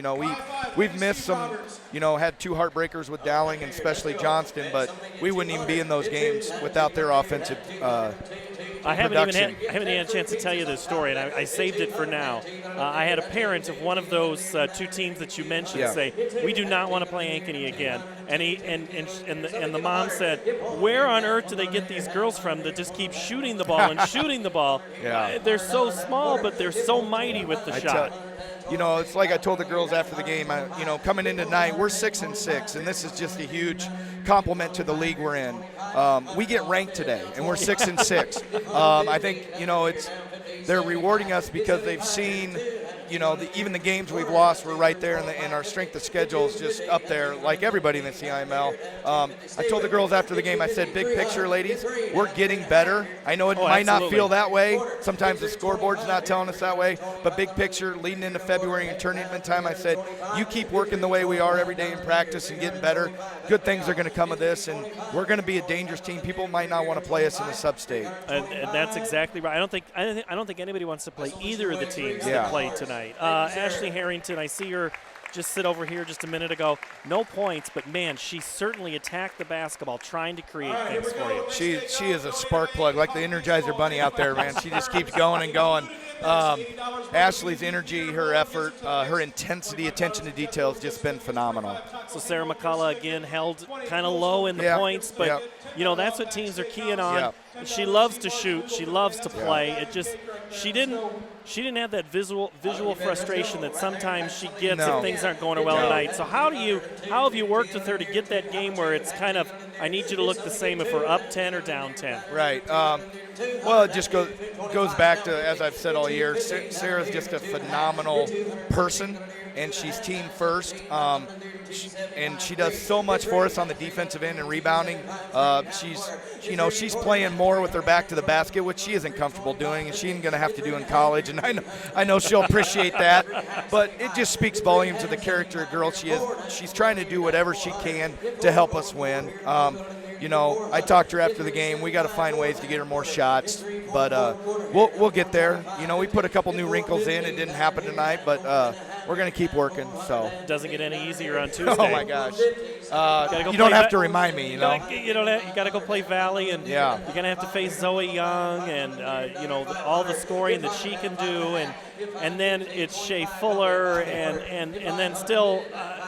There's so much of that team that they just find another way. They lose tonight, though, to Southeast Polk. Yeah, what was the final that I haven't seen? Andy, what was the final on that Southeast Polk Ankeny game, or Valley game? I had it here. It's on that piece of paper where I wrote it down because I knew that you would ask. 91-72. Hold. So Polk put up 91 points. 91 on Valley. In a 32-minute game. That's unbelievable. And you've had to play Southeast Polk. Yeah. You know how good they are. Yeah, they're really good. They play so well on both ends. They defend the heck out of you. And at all times they got at least 4 girls on the floor that can just flat out score the ball. And obviously McGraw coming there was a huge addition. And they were already really good without her. Yeah, the sophomore is just as good as anything. So you'll play Valley coming off of a loss. Again, no easy thing. Another road game, but another opportunity. Absolutely. And one thing about this group of girls is they're not going to be scared. We are battle tested. Down the stretch of games, it hasn't quite gone our way, but we're very battle tested. We've been in tough moments. One of these nights, it's going to go our way. So they're going to come out. They're going to play hard. They're going to battle, and I'm completely confident that we're just going to keep big picture in mind and keep working and get better every day. And the end in sight, we're going to be there in the end. So I know it seems weird to say, but your 7 losses, the 6 teams that you've lost to, all could be at the state tournament. Mason City, Centennial, Southeast Polk, Ames, Johnston, and Dowling. You could make a case for all of them. Yeah. That's how tough this is. You've won against East, North, Fort Dodge, Abe Lincoln, Urbandale, and Ottumwa. And Urbandale's no slouch either, and those are good wins. They went 73-71 tonight with Dowling. They had a chance right at the end. It was close. Yeah. That Urbandale-Dowling game, it was close. Andy knows it was close. Yeah. Clark only had 46. So. Only 46 it's too bad. I feel pretty good. We held her to 33. Hey, before you go, the cake auction tonight, what do you know about that? I think it's kind of a easier way for administration and the community, kind of as a substitute for the Booster Bash. I think they're kind of the end goal is to make around 20,000, and it's just a nice trial, and we'll see how it goes. But I think definitely it's a win-win situation. So Baker just looked at you like you put your finger up, so don't put your hand up like that. He knows. He looked at you. He knows better than that. He's the one that gives me a contract here and there. So and then. But last thing, the starting lineups tonight with the teachers. You're a teacher yourself in the district. How did those girls pick who they brought along with them, and what's that relationship like that you talk about, that to have an administrator or a teacher that's watching you, and that relationship with students is so important? Yeah. So we were presented with a letter by Mr. Butcher, our AD, and then we talked about it at practice, and the girls had to, the next day, go to school and invite them, little face-to-face communication, which is always good. No texting? Yeah. They couldn't text, they couldn't email, couldn't snap it. Couldn't snap it Yeah, to it's a them. little Snapchatty. And our girls, they did that, and I think it's extremely evident the impact that these people make with our young kids on a daily basis. And sometimes in the field of education and coaching, you can feel like your work goes unnoticed, but it doesn't. These kids really value and respect the work and what we do for them, and it's amazing to come out in a community event like this and for them to be recognized. I thought it was a phenomenal event tonight. And teachers have so much going on. They can't always make it to the every event, and they might not make it. But tonight they get an invite to come, and by golly, they're like, "Oh, Holly, I didn't know you were that." You know, it helps open up some of that too. I know as a teacher myself, I love to see kids in different spectrums, you know, and I'm sure for some of them they don't always get a chance to come out to the games with their busy schedules, that it was a really cool experience to see them in a different setting tonight. So. All right, we'll go easy on those 7th graders. They can be a little wild. There's one particular. He's a problem. I know. Yeah. Drew McAnally, head girls basketball coach at Ankeny. We'll see you soon at home. Home. What? What'd you say? It's this place just south of here a little bit. Yeah. All right, we're at halftime. We'll let you not hear anymore. We're back in a couple of minutes on CISN.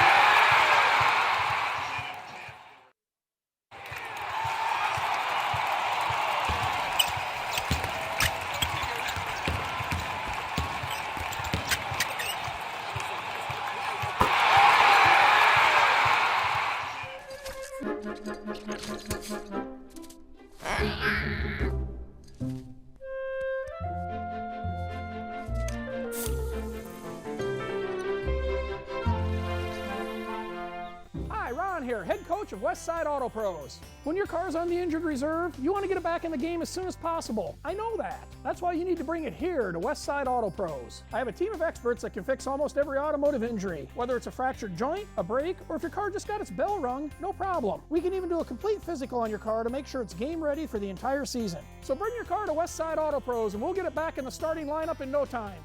Hey, you guys are dogging it back here. Let's move it, move it, move it. You may have noticed it's starting to get cold outside, and if you're like a lot of folks, that old fireplace in your house isn't doing you much good. You need to replace that thing with a high-efficient gas fireplace from Heat & Glow. We're going to come in, take your old wood or gas fireplace out. We're going to replace it with a warm, cozy, high-efficient, easy-to-use fireplace from Heat & Glow. It'll be the best thing you ever did to your house. Come see us today, because nothing's better than a warm fire on a cold day. Hi, I'm Chris from... Moms typically get to make a majority of the healthcare decisions for their family. That can be a lot of pressure, but not for me, because I know the choice is ours.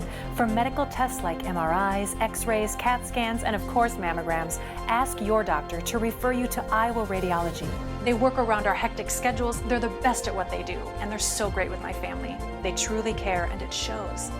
Visit iowaradiology.com or call to schedule an appointment. Iowa Radiology. Our focus is your good health. Year-end closeout event at Schottenkirk Chevrolet Waukee means employee pricing for everyone. Buy like a Chevy employee in Waukee. Employee pricing on all 2018s and 2019 Colorado and Silverado 1500 double cabs. Even on Iowa's hottest selling SUVs. The 2019 Equinox and Traverse. 28% off new 18 Silverado 1500 crew cabs. 20% off 18 and 19 Sonic and Spark and 18 Impala. Used vehicle buyer on hand. Paying top dollar for your trade. Employee pricing for everyone. Schottenkirk Chevrolet Waukee. WaukeeChevy.com. Year-end closeout event.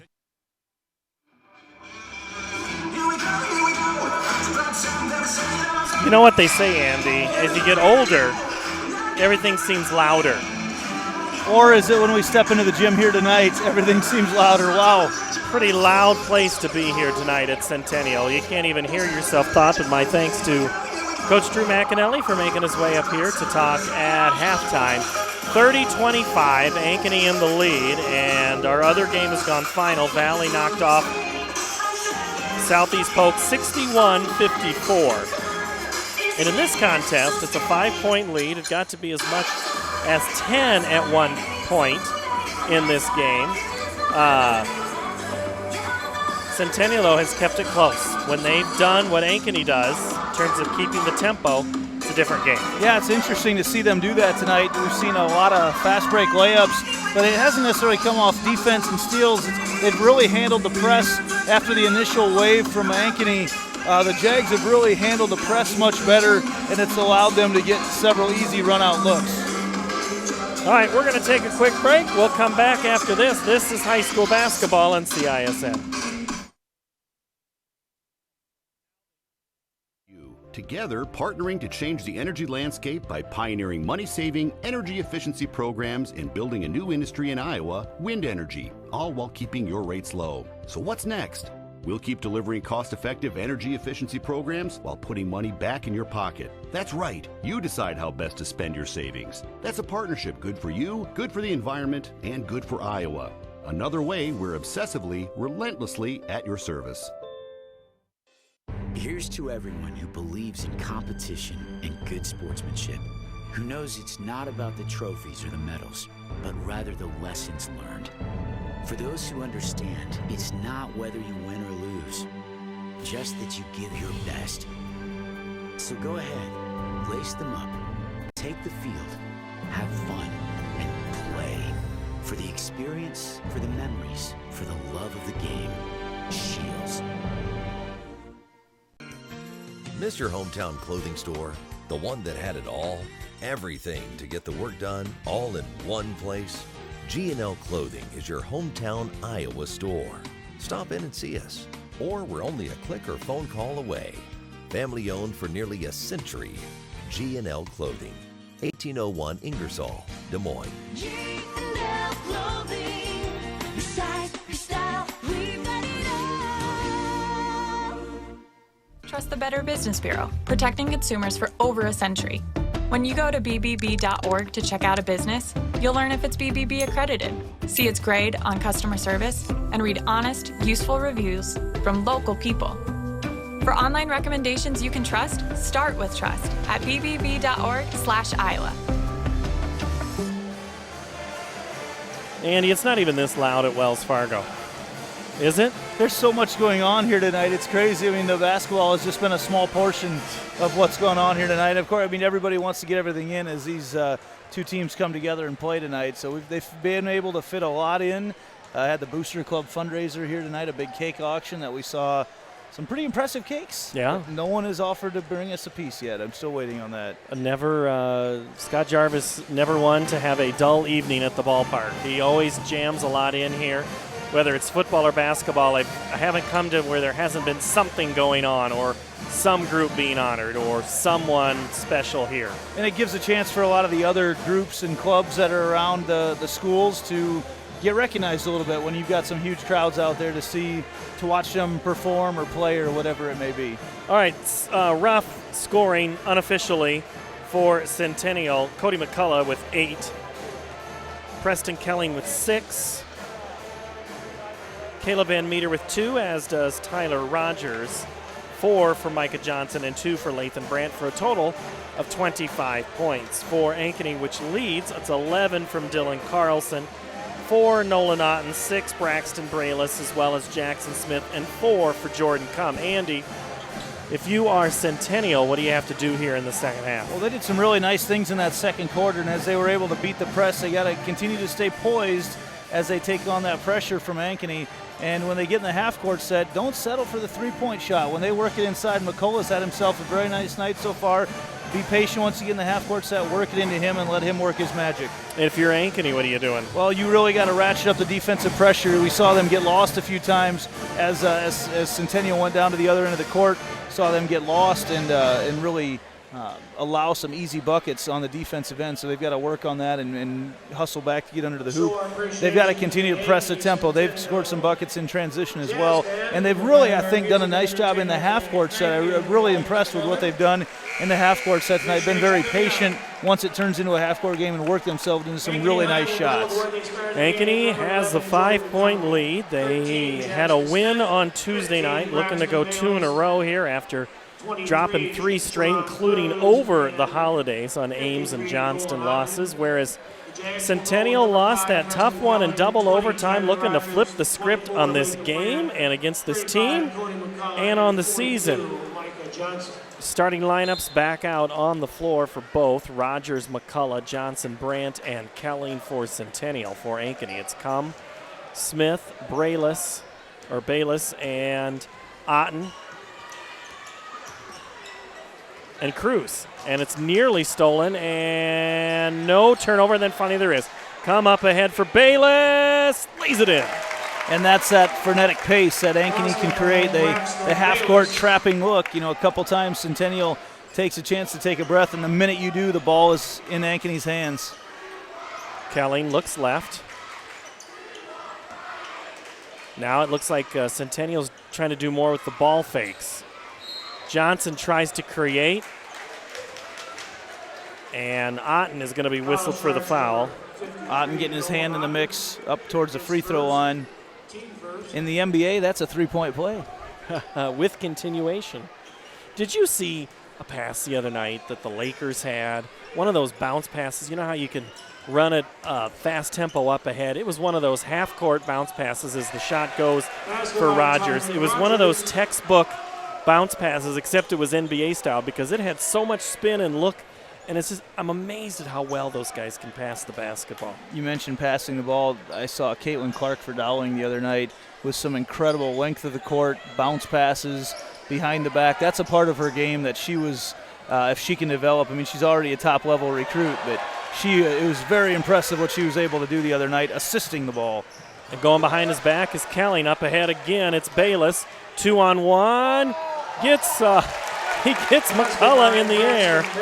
He knew that was coming. He knew McCullough wanted to send it back. Yeah, the long arm of Bayless, a little jump stop, extended up with his arm, and McCullough bit on it. All 4 points for Ankeny have come from Bayless. Kelling's three is off the mark. Good tip by Brandt, but into the hands of Cruz. Kelling not able to find the range from three so far tonight. Nice move to the hole, and a foul on the way to the park. Centennial, we've talked about it all year long, and we've had them. They're willing to give up a little bit in the name of pressure on the edge because they've got such good shot blockers down low, and we've seen a lot of those deflects tonight as well. And Ankeny does such a nice job hanging in the air, though, and kind of getting around the block attempt. Oh, and that was Cruz trying to do just a little too much. Somehow gets a hold of it.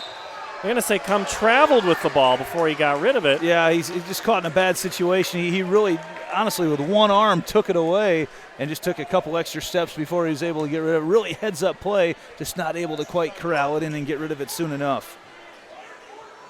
I'm not sure how he came out of there with the ball the way that Brandt was dribbling it up the court. Well, it possibly could have been a foul, too. A lot of contact on the collision, no doubt. Rogers way out. Zone look of Ankeny. 2-3 it looks like now. Oh, they get in. They found the seam, and then there's going to be a reach. You're going to get Otten again?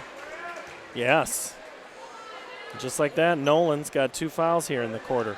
Charge number 53, Nolan Otten. He's been on the court a lot more in this game than we saw the first time they played this year. He got in foul trouble early in that one. Kelling drives and kicks to Otten's right hand. Yeah, come just all over him. These guys can push it. Smith on his way to the basket is fouled by Rogers. Come looked like a shortstop the way he fired that ball from one edge of the court to the other across the half court. Down in the corner. That was quickly across the infield there. You think Murray's making the right decision going to football instead of baseball? If you enjoy playing it right now, while you do it while you can, I guess. You know me, I love the game of football as much as anybody, but man, to turn down that type of cash on the baseball diamond, that's tough. And a bucket by Bayless, and then a whistle. And he's going to be given a technical foul just like that. Yeah, the official came right over, called it right away. Looked over at Carlson and gave him the chirping sign. Said he just said too much after he made it. I don't think Coach Carlson quite agrees. And sometimes it's not what you say, it's who you say it to or how you say it. Everybody seems to be in agreement as they walk away. Got things under control quickly. You know, we saw that first game, things got very chippy, but tonight everything's been very much under control. And a pretty cleanly played game. Were you here last year for the boys' game that was at Centennial? And that got chippy. I remember coaches coming off the court. There was a whole lot of yelling in that one. So there's some history here as Johnson shots off the mark. Otten has it taken away by Brandt, and then that's going to be a foul. And if that's on Bayless, that's number 4. Actually, I think it's Otten again, isn't it? Yeah. It is. Son's picked up 3 fouls, so much for him being on the court, Andy. Well, you mentioned, that you talk about the chippiness. I'll go back a second. One of the things, you talked earlier about how these guys play against each other all the time. They all know each other. I mean, sometimes with friendly banter can be misconstrued by an official who's not from around here. Yeah, that doesn't know exactly. Yeah, And McCullough is going to be called for the offensive foul, his second of the game. The official saying he's using that arm to gain an advantage, and that's when it's a foul. We've seen a few of those this game, and Breeding going to come up off the bench. I think he'll be in for McCullough. Held him in check in this second half so far. Oh, nice move by Cruz, and the shot is just off the mark. Yeah, McCullough's lucky he didn't just get his fourth there because he knocked Cruz to the ground. Good Comes, defense. got him blocked in the corner, tipped away. That ball goes off the left hip of Cum, the left leg, and Rogers knew exactly what he was doing. Yeah, Cum just able to constantly batting that ball away, so disruptive. I mean, they've had the ball for 15 seconds and barely across half court so far. Oh, pocket picked, Bayless, oh my. And he looked back at Rogers. He could have easily gotten maybe another whistle right there. Yeah, those long arms so quick tipping that away.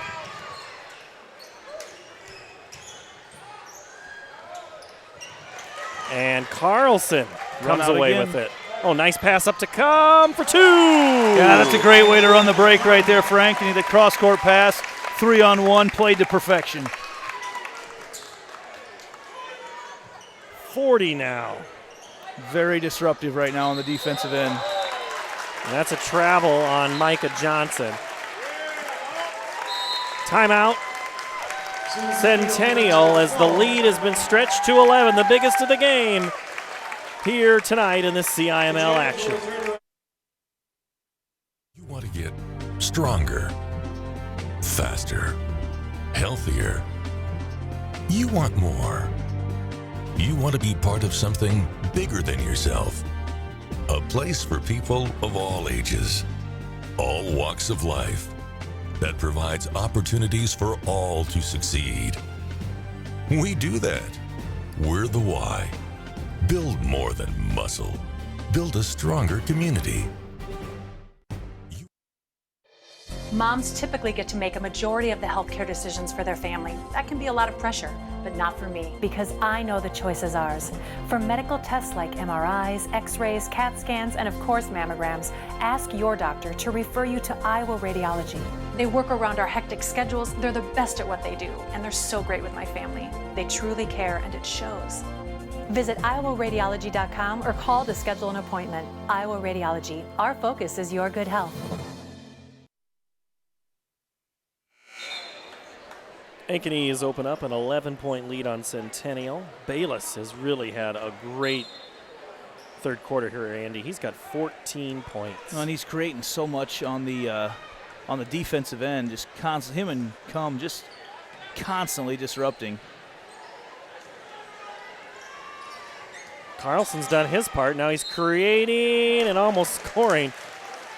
Try to get a lot of English on that one. Yeah, Carlson, it's not that he hangs in the air a huge amount of time, but he's able to quickly get that long arm around and disrupt the shot blocking. Carlson makes it again, the free throw. Take a moment here. Just want to congratulate Grundy Center head coach Matt Lindeman. Saw earlier that he had his 100th victory tonight as a head basketball coach at Grundy Center. It was fun to watch their run at the state tournament last year, and a little special connection because I rode the bus with Coach Lindeman growing up in Applington, so it's fun to see him do well. Now, I'm glad you brought that up. As Rogers drives up in, Breeding won't go. Cum just mistimed his jump. Up ahead to Carlson. Oh, wow. Just too much mustard on that to Cruz. But that would have been pretty. Lindeman, you said, if I get this right, used to have quite the arc on his shot. Yes, that was his specialty. He shot that ball up in the air a long ways back for the old Applington Panthers, and actually played on a team with Coach John Mayfield, an assistant coach for Centennial. They played together on some state championship teams. Cum is going to be called for a foul right in front of the Centennial bench. And there's your Butler County history lesson for the evening. Well, so if there's any video of Lindemann shooting those threes around, I know of It's out there. It's on YouTube. Because Grundy Center is going to be one of the teams featured on Iowa Public Television's coverage of the girls' tournament this year. I happen to know a guy that's doing the story. Remind me later. I will get you the link because it is definitely on YouTube. We'll need to do that. And I brought that up to the producer working on the story. I said, Coach Lindemann was quite the shot in the day. And, it's about the girls for us in our coverage, not about the coaches. But sometimes these coaches have great stories, too. Yeah. Well, I appreciate Matt's story because a couple things. Obviously, the long-time personal connection, but the guy used to be a football coach. That's as right. well as a head football coach, and he happens to have 3 daughters. Carlson touch pass, corner ball, 3 ball. Oh! Almost falls for Manis. And instead Carlson is going to be whistled for a foul on the rebound when he was outnumbered. Last thought on Coach Lindemann, one of his daughters, you'll like this, is a basketball player at Wartburg as well. That's right. I saw her at the state tournament last year. We had a good, nice conversation in the hallway. I'm going to have you loving this guy by the time the night's over. Oh, no, I do. He was great to work with, and I always appreciate the coaches that give us the time, and I want to thank both of these coaches here, both Carlson and Fontana for their time, and Coach DeYoung and Coach McAnally. These guys really give us a lot of time when we ask these. They got a lot going on in basketball and short turnaround for a couple of games a week. And hey, I just need a minute or two, and a lot of that adds up after a while. Well, that's what I told Coach DeYoung this morning when I called him, and I think 22 minutes later the phone conversation was ending. Loves to talk basketball, and I love to talk sports, so it was a great conversation. Peterson to McCullough, who could have just reached up and dunked him, instead used the right hand to score his 10th point. Yeah, good interior passing by Peterson. When he's been in the game early this year, he's really been instant offense, has a nice feel around the hoop. Carlson back with it. He'll line up, shoot the 3, miss. Rogers chases it down. And Ankeny gets back on defense. Rogers cuts right through it like Swiss cheese. Blocked by Bayless, who gives a look up ahead. Carlson to Smith, and he's fouled. Andy, there's a lot of longing glares. Let's call them glares. I'm not sure anything's ever going to get called on a glare. There's no more talking right now. I'm not sure you got to be careful, especially in Bayless' situation right now with 3 fouls. Free throw is made by Smith. He now has 7. And it was a heck of a block. He came from nowhere, and his arms were up in the air a long ways.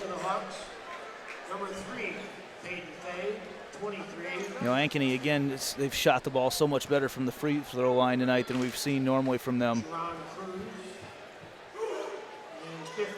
Free throw, the second one is no good. I'll take blame for that. How do you channel that intensity for a player?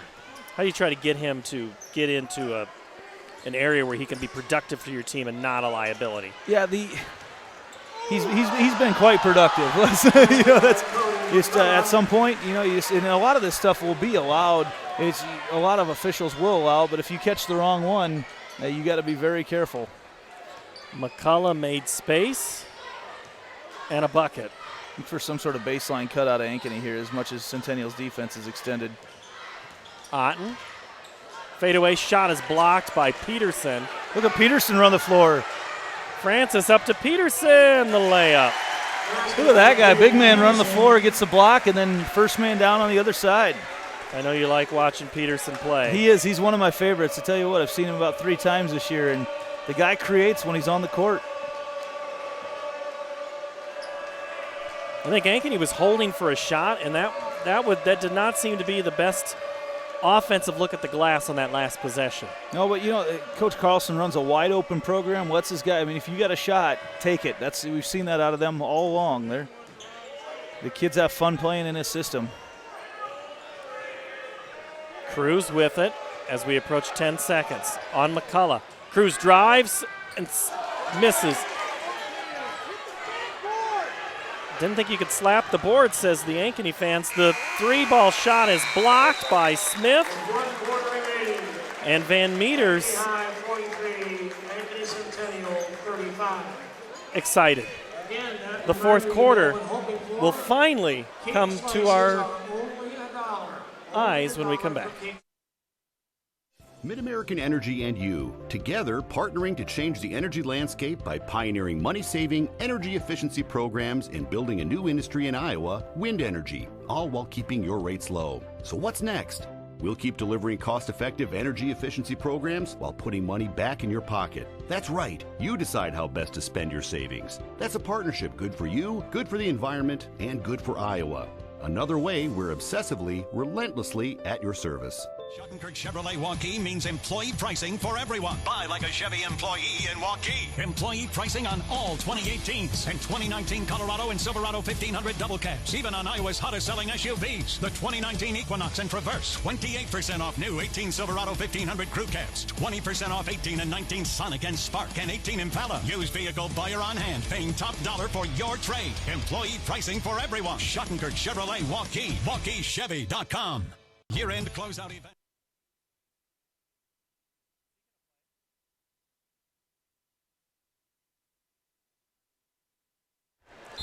Quarter number 4 at 9:35. Hi, Dar. How you doing? How's your home?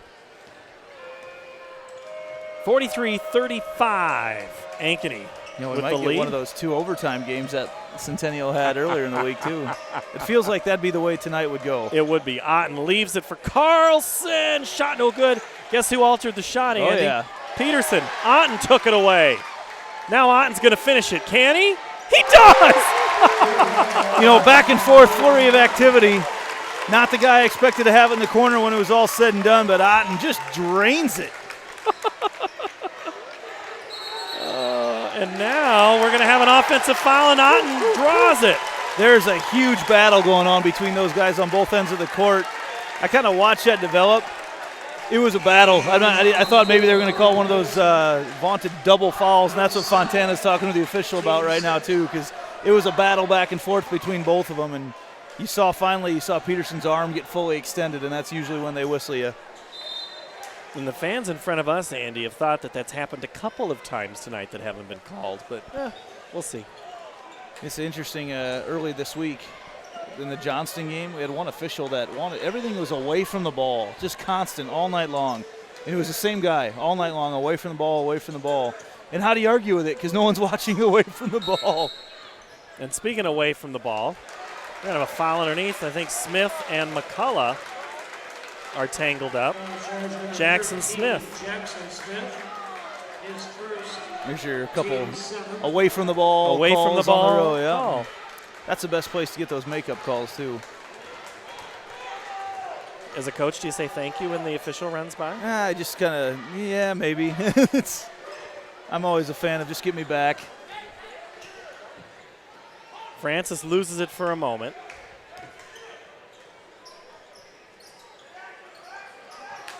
No, you spacing take it. Spacing not good, yeah, for Centennial right now. Lots of passing for Centennial. Being deliberate, but they're down 11. No time to panic yet.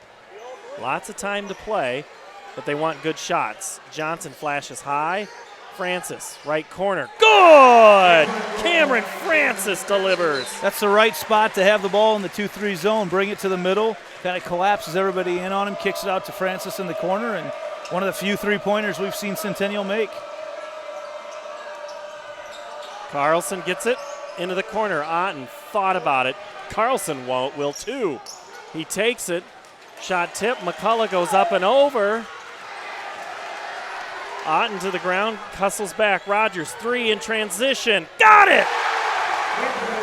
Yeah, that was true right from the moment he let it go. And, you know, a couple quick three-pointers. Centennial just like that back in this ball game. Sound familiar? This is just like.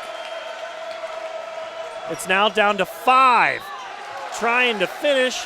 They'll get a chance for 2 is Bayless, who tries to create on the offensive side. Micah Johnson is in great defensive position if he stays on his feet. The second he leaves his feet to go up and block it, that's where Bayless gets you. And again, he's so good at drawing that contact when he drives into the lane, but he was in great position. And Bayless is going to make you pay for that. Substitution for the Hawks, number 11. Bayless converts. He now has 15, his first point of the fourth quarter. He's over his average now.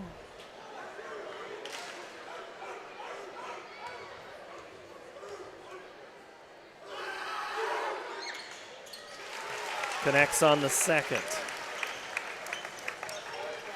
Ankeny applying some pressure. Francis loses it for a moment. Rogers cuts through, back out. Kelling for three. Got it! Wow! Oh, we just don't see Centennial go on scoring runs like this. These have been great looks. The guys are catching in rhythm and able to knock them down. The lead is 4. Closest Centennial has been in this half, closest they've been since early on in the second quarter. Now the Ankeny fans come alive, as do the Jag fans. Nice move, Otten in the corner, 3-ball, got it! Otten answers. The barrage of three-point shooting we've had in this fourth quarter. I think we're up to 6 three-pointers made in the first 3 minutes. 51-44. Ratchet up your defense, shall you? Both teams, 17 fouls. We'll be shooting free throws. Yeah, McCullough, yep, down low. McCullough trying to make possession. Fontana's going to have to be careful Fontana's here.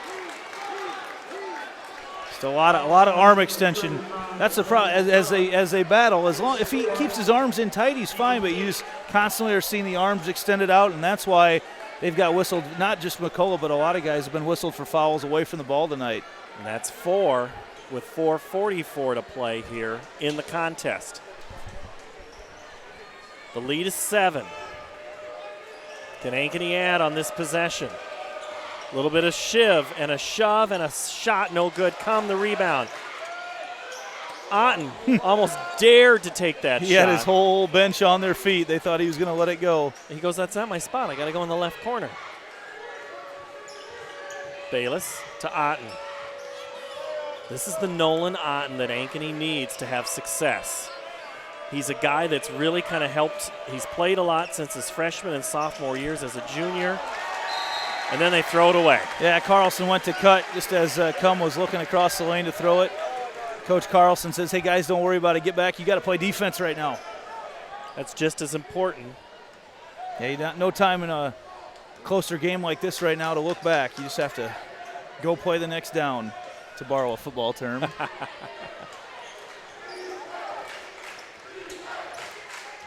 Rogers. Set play here. McCullough was there for a moment. Rogers, 3. No. Carlson, the board. Now Ankeny looks a little tired here. Yeah, it's been a good pace here this fourth quarter. It's been a fun quarter to watch.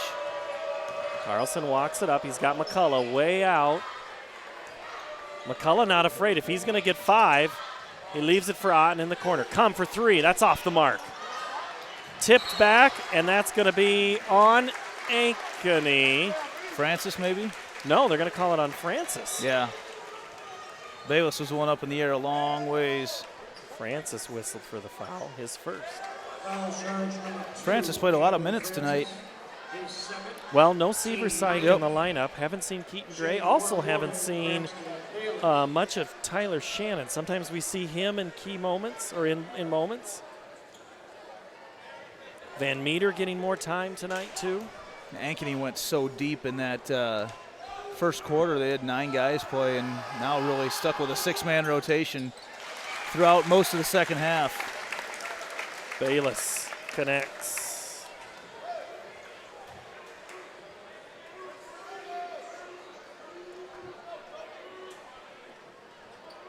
Bayless has had a really nice game tonight. So smooth with the basketball. And he's converted at the free throw line here, too, which I thought meant he was going to miss. He shot 3 in a row. Back to a 9-point lead for Ankeny. McCullough in the middle. Nice move to create space.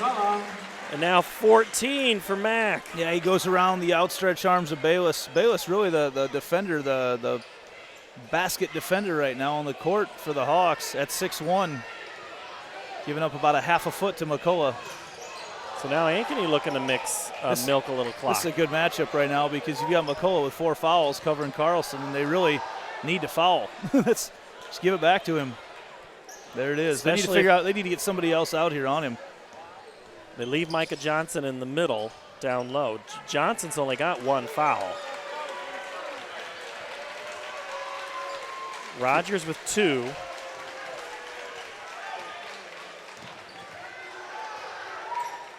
Yeah, they can't let him have the basketball. They've got to be out on him and deny it. It's milking the clock. They'll take the whole rest of the clock if you let them. He's got to get rid of the ball. That's almost a 5 count. And now Bayless way out front. Otten's down low doing jumping jacks. Yeah, they're playing 2-on-1 down low. Look to hit and get the dish, and he does. And now back out top. Reset everything. Oh, underneath. Oh, they had him. Oh, Bayless was there for a moment. It's like a playground game of keep away right now. Coach DeYoung's going, hey, I like that. That's really good. I've seen that before. How about that pass from up here, about the 10-foot line on the volleyball court to the block on the opposite side of the court. Dylan Carlson back at the line. 77% free throw shooter, converts. Ankeny really, when they look back, this game was won at the free throw line tonight for them. They did some nice things defensively, hit a couple big shots offensively, but they have just been on tonight at the free throw line. And normally they're only a 54% free throw shooting team.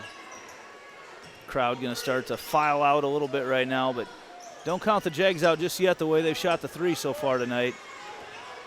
Traffic can be tough on 18th Street sometimes. Timeout, Bob Fontana. The final 127, Peter, when we come back.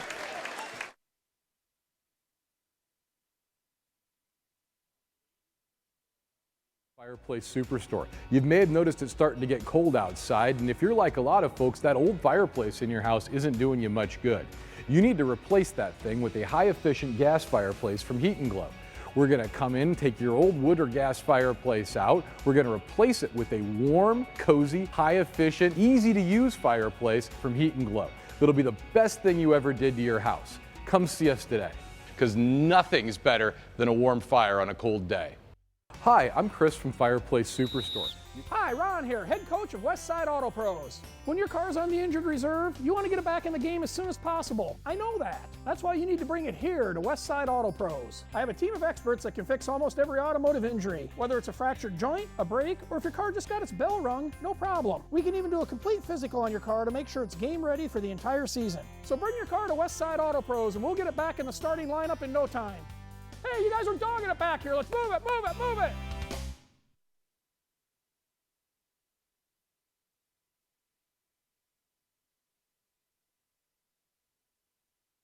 Hi, welcome back. Minute 27.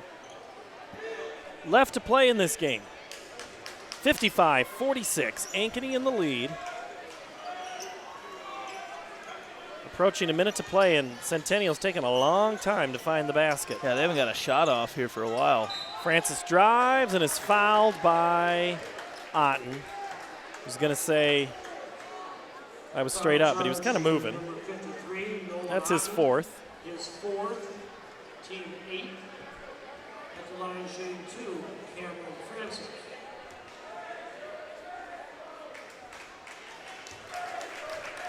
For as good as Ankeny's been at the free throw line tonight, Centennial has struggled. And once again, the shooting woes, they shot the 3 better tonight than what they have, but still not good. I've got Ankeny making 11 free throws tonight. Ankeny High takes a full timeout. All right, we can do that. We can take a break. We'll be right back. To Schuttenkirk Chevrolet Waukee means employee pricing for everyone. Buy like a Chevy employee in Waukee. Employee pricing on all 2018s and 2019 Colorado and Silverado 1500 double cabs. Even on Iowa's hottest selling SUVs. The 2019 Equinox and Traverse. 28% off new 18 Silverado 1500 crew cabs. 20% off 18 and 19 Sonic and Spark and 18 Impala. Used vehicle buyer on hand. Paying top dollar for your trade. Employee pricing for everyone. Schuttenkirk Chevrolet Waukee. WaukeeChevy.com. Mid-American Energy and you, together partnering to change the energy landscape by pioneering money-saving, energy efficiency programs and building a new industry in Iowa, wind energy, all while keeping your rates low. So what's next? We'll keep delivering cost-effective energy efficiency programs while putting money back in your pocket. That's right. You decide how best to spend your savings. That's a partnership good for you, good for the environment, and good for Iowa. Another way we're obsessively, relentlessly at your service.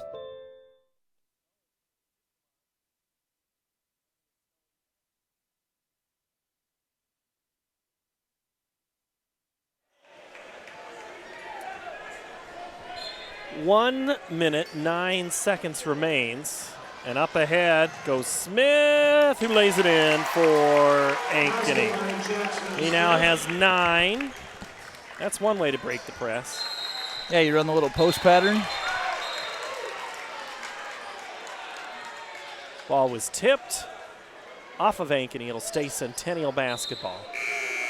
Substitution for the Hawks, number 53, Nolan Otten. Now, Otten, he tried to combine his name into one there. Otten's had a nice night. He's done some really nice things on the defensive end of the floor. You have him for 8 or 10 points. 1 minute remaining. He was a guy that we haven't Otten seen for much. 10. Yeah, and we just haven't seen a whole lot out of him lately, but he's made his presence known tonight. Rogers' 3 is off the mark, tipped around by Brandt. Johnson's shot no good. Hits the deck hard, and then Rogers fouls Bayless.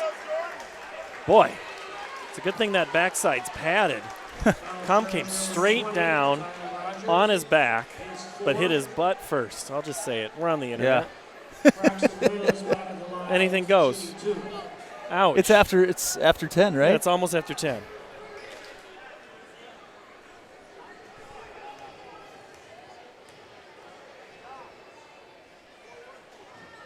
Free throw good by Braxton Brayless. Now with 18. He's made his last 4 points via the free throw line.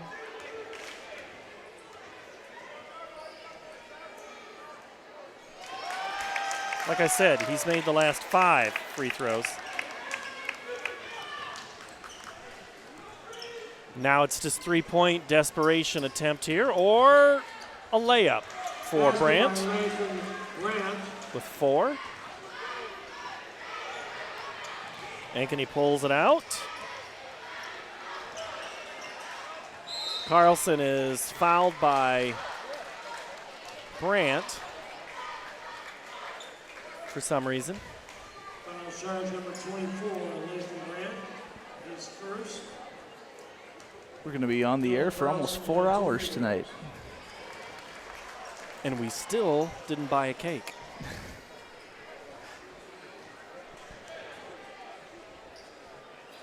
Carlson makes the free throw. You know, I got to give a lot of credit to Ankeny tonight. I was really impressed by the Hawks because they didn't shoot as well as they did the first time these two teams played, but man, they did so many other things better. Their defense, I thought they were a lot more patient on the offensive end as well. Took some really good shots. Otten gets the rebound, and Ankeny up ahead across midcourt, and that'll do it. 10-point Ankeny win, 61-51. Ankeny high, 61. Ankeny Centennial. Ankeny improves to 8-3. Centennial falls to 4-7. Quick look at scoring for Centennial. McCullough leads with 14. Preston Kelly with 11. Francis 4. 7 for Tyler Rogers, 4 Micah Johnson, 4 Lathan Brandt for Ankeny. Tonight they were paced by Braxton Brayless, the junior with 19, 10 for Nolan Otten, 14 for Dylan Carlson off the bench, 9 Jackson Smith, 6 for Jordan Cum. So it's the shooting makes a difference here, Andy. Free throws, huge. That's at least worth 10 points tonight. But there were key stretches in this contest when Centennial got close. They got it to within 4. And then Otten's 3 in the corner was huge. Yeah, they were able to battle their way back into it with threes, and then we saw that flurry of activity. Otten was able to steal the ball away, got kicked out, and then he immediately retreated to the corner, caught it in rhythm, put it in, and that ended every chance that Centennial really had the rest of the night. That was the shot that really ended the hopes of Centennial to get back in the game tonight. And he'd been shooting quite a bit during the game. I mean, he'd taken a lot of shots, and we talked about, sure, we'll let you take that. Centennial did not want Bayless to beat him early on. They wanted him to beat him later. They knew Bayless would get his points. But it was those 3 balls that just made a difference. Carlson, he hits that one right before half, or was that right before quarter? Quarter, end of the first quarter. End of the first quarter. It was going to be a 2-point lead, and Centennial's thinking, hey, this is our game. Yeah, much different than the first time they played. Yep, and it's a 5-point advantage at half, and they keep it even. Even the third quarter, 13-10 scoring.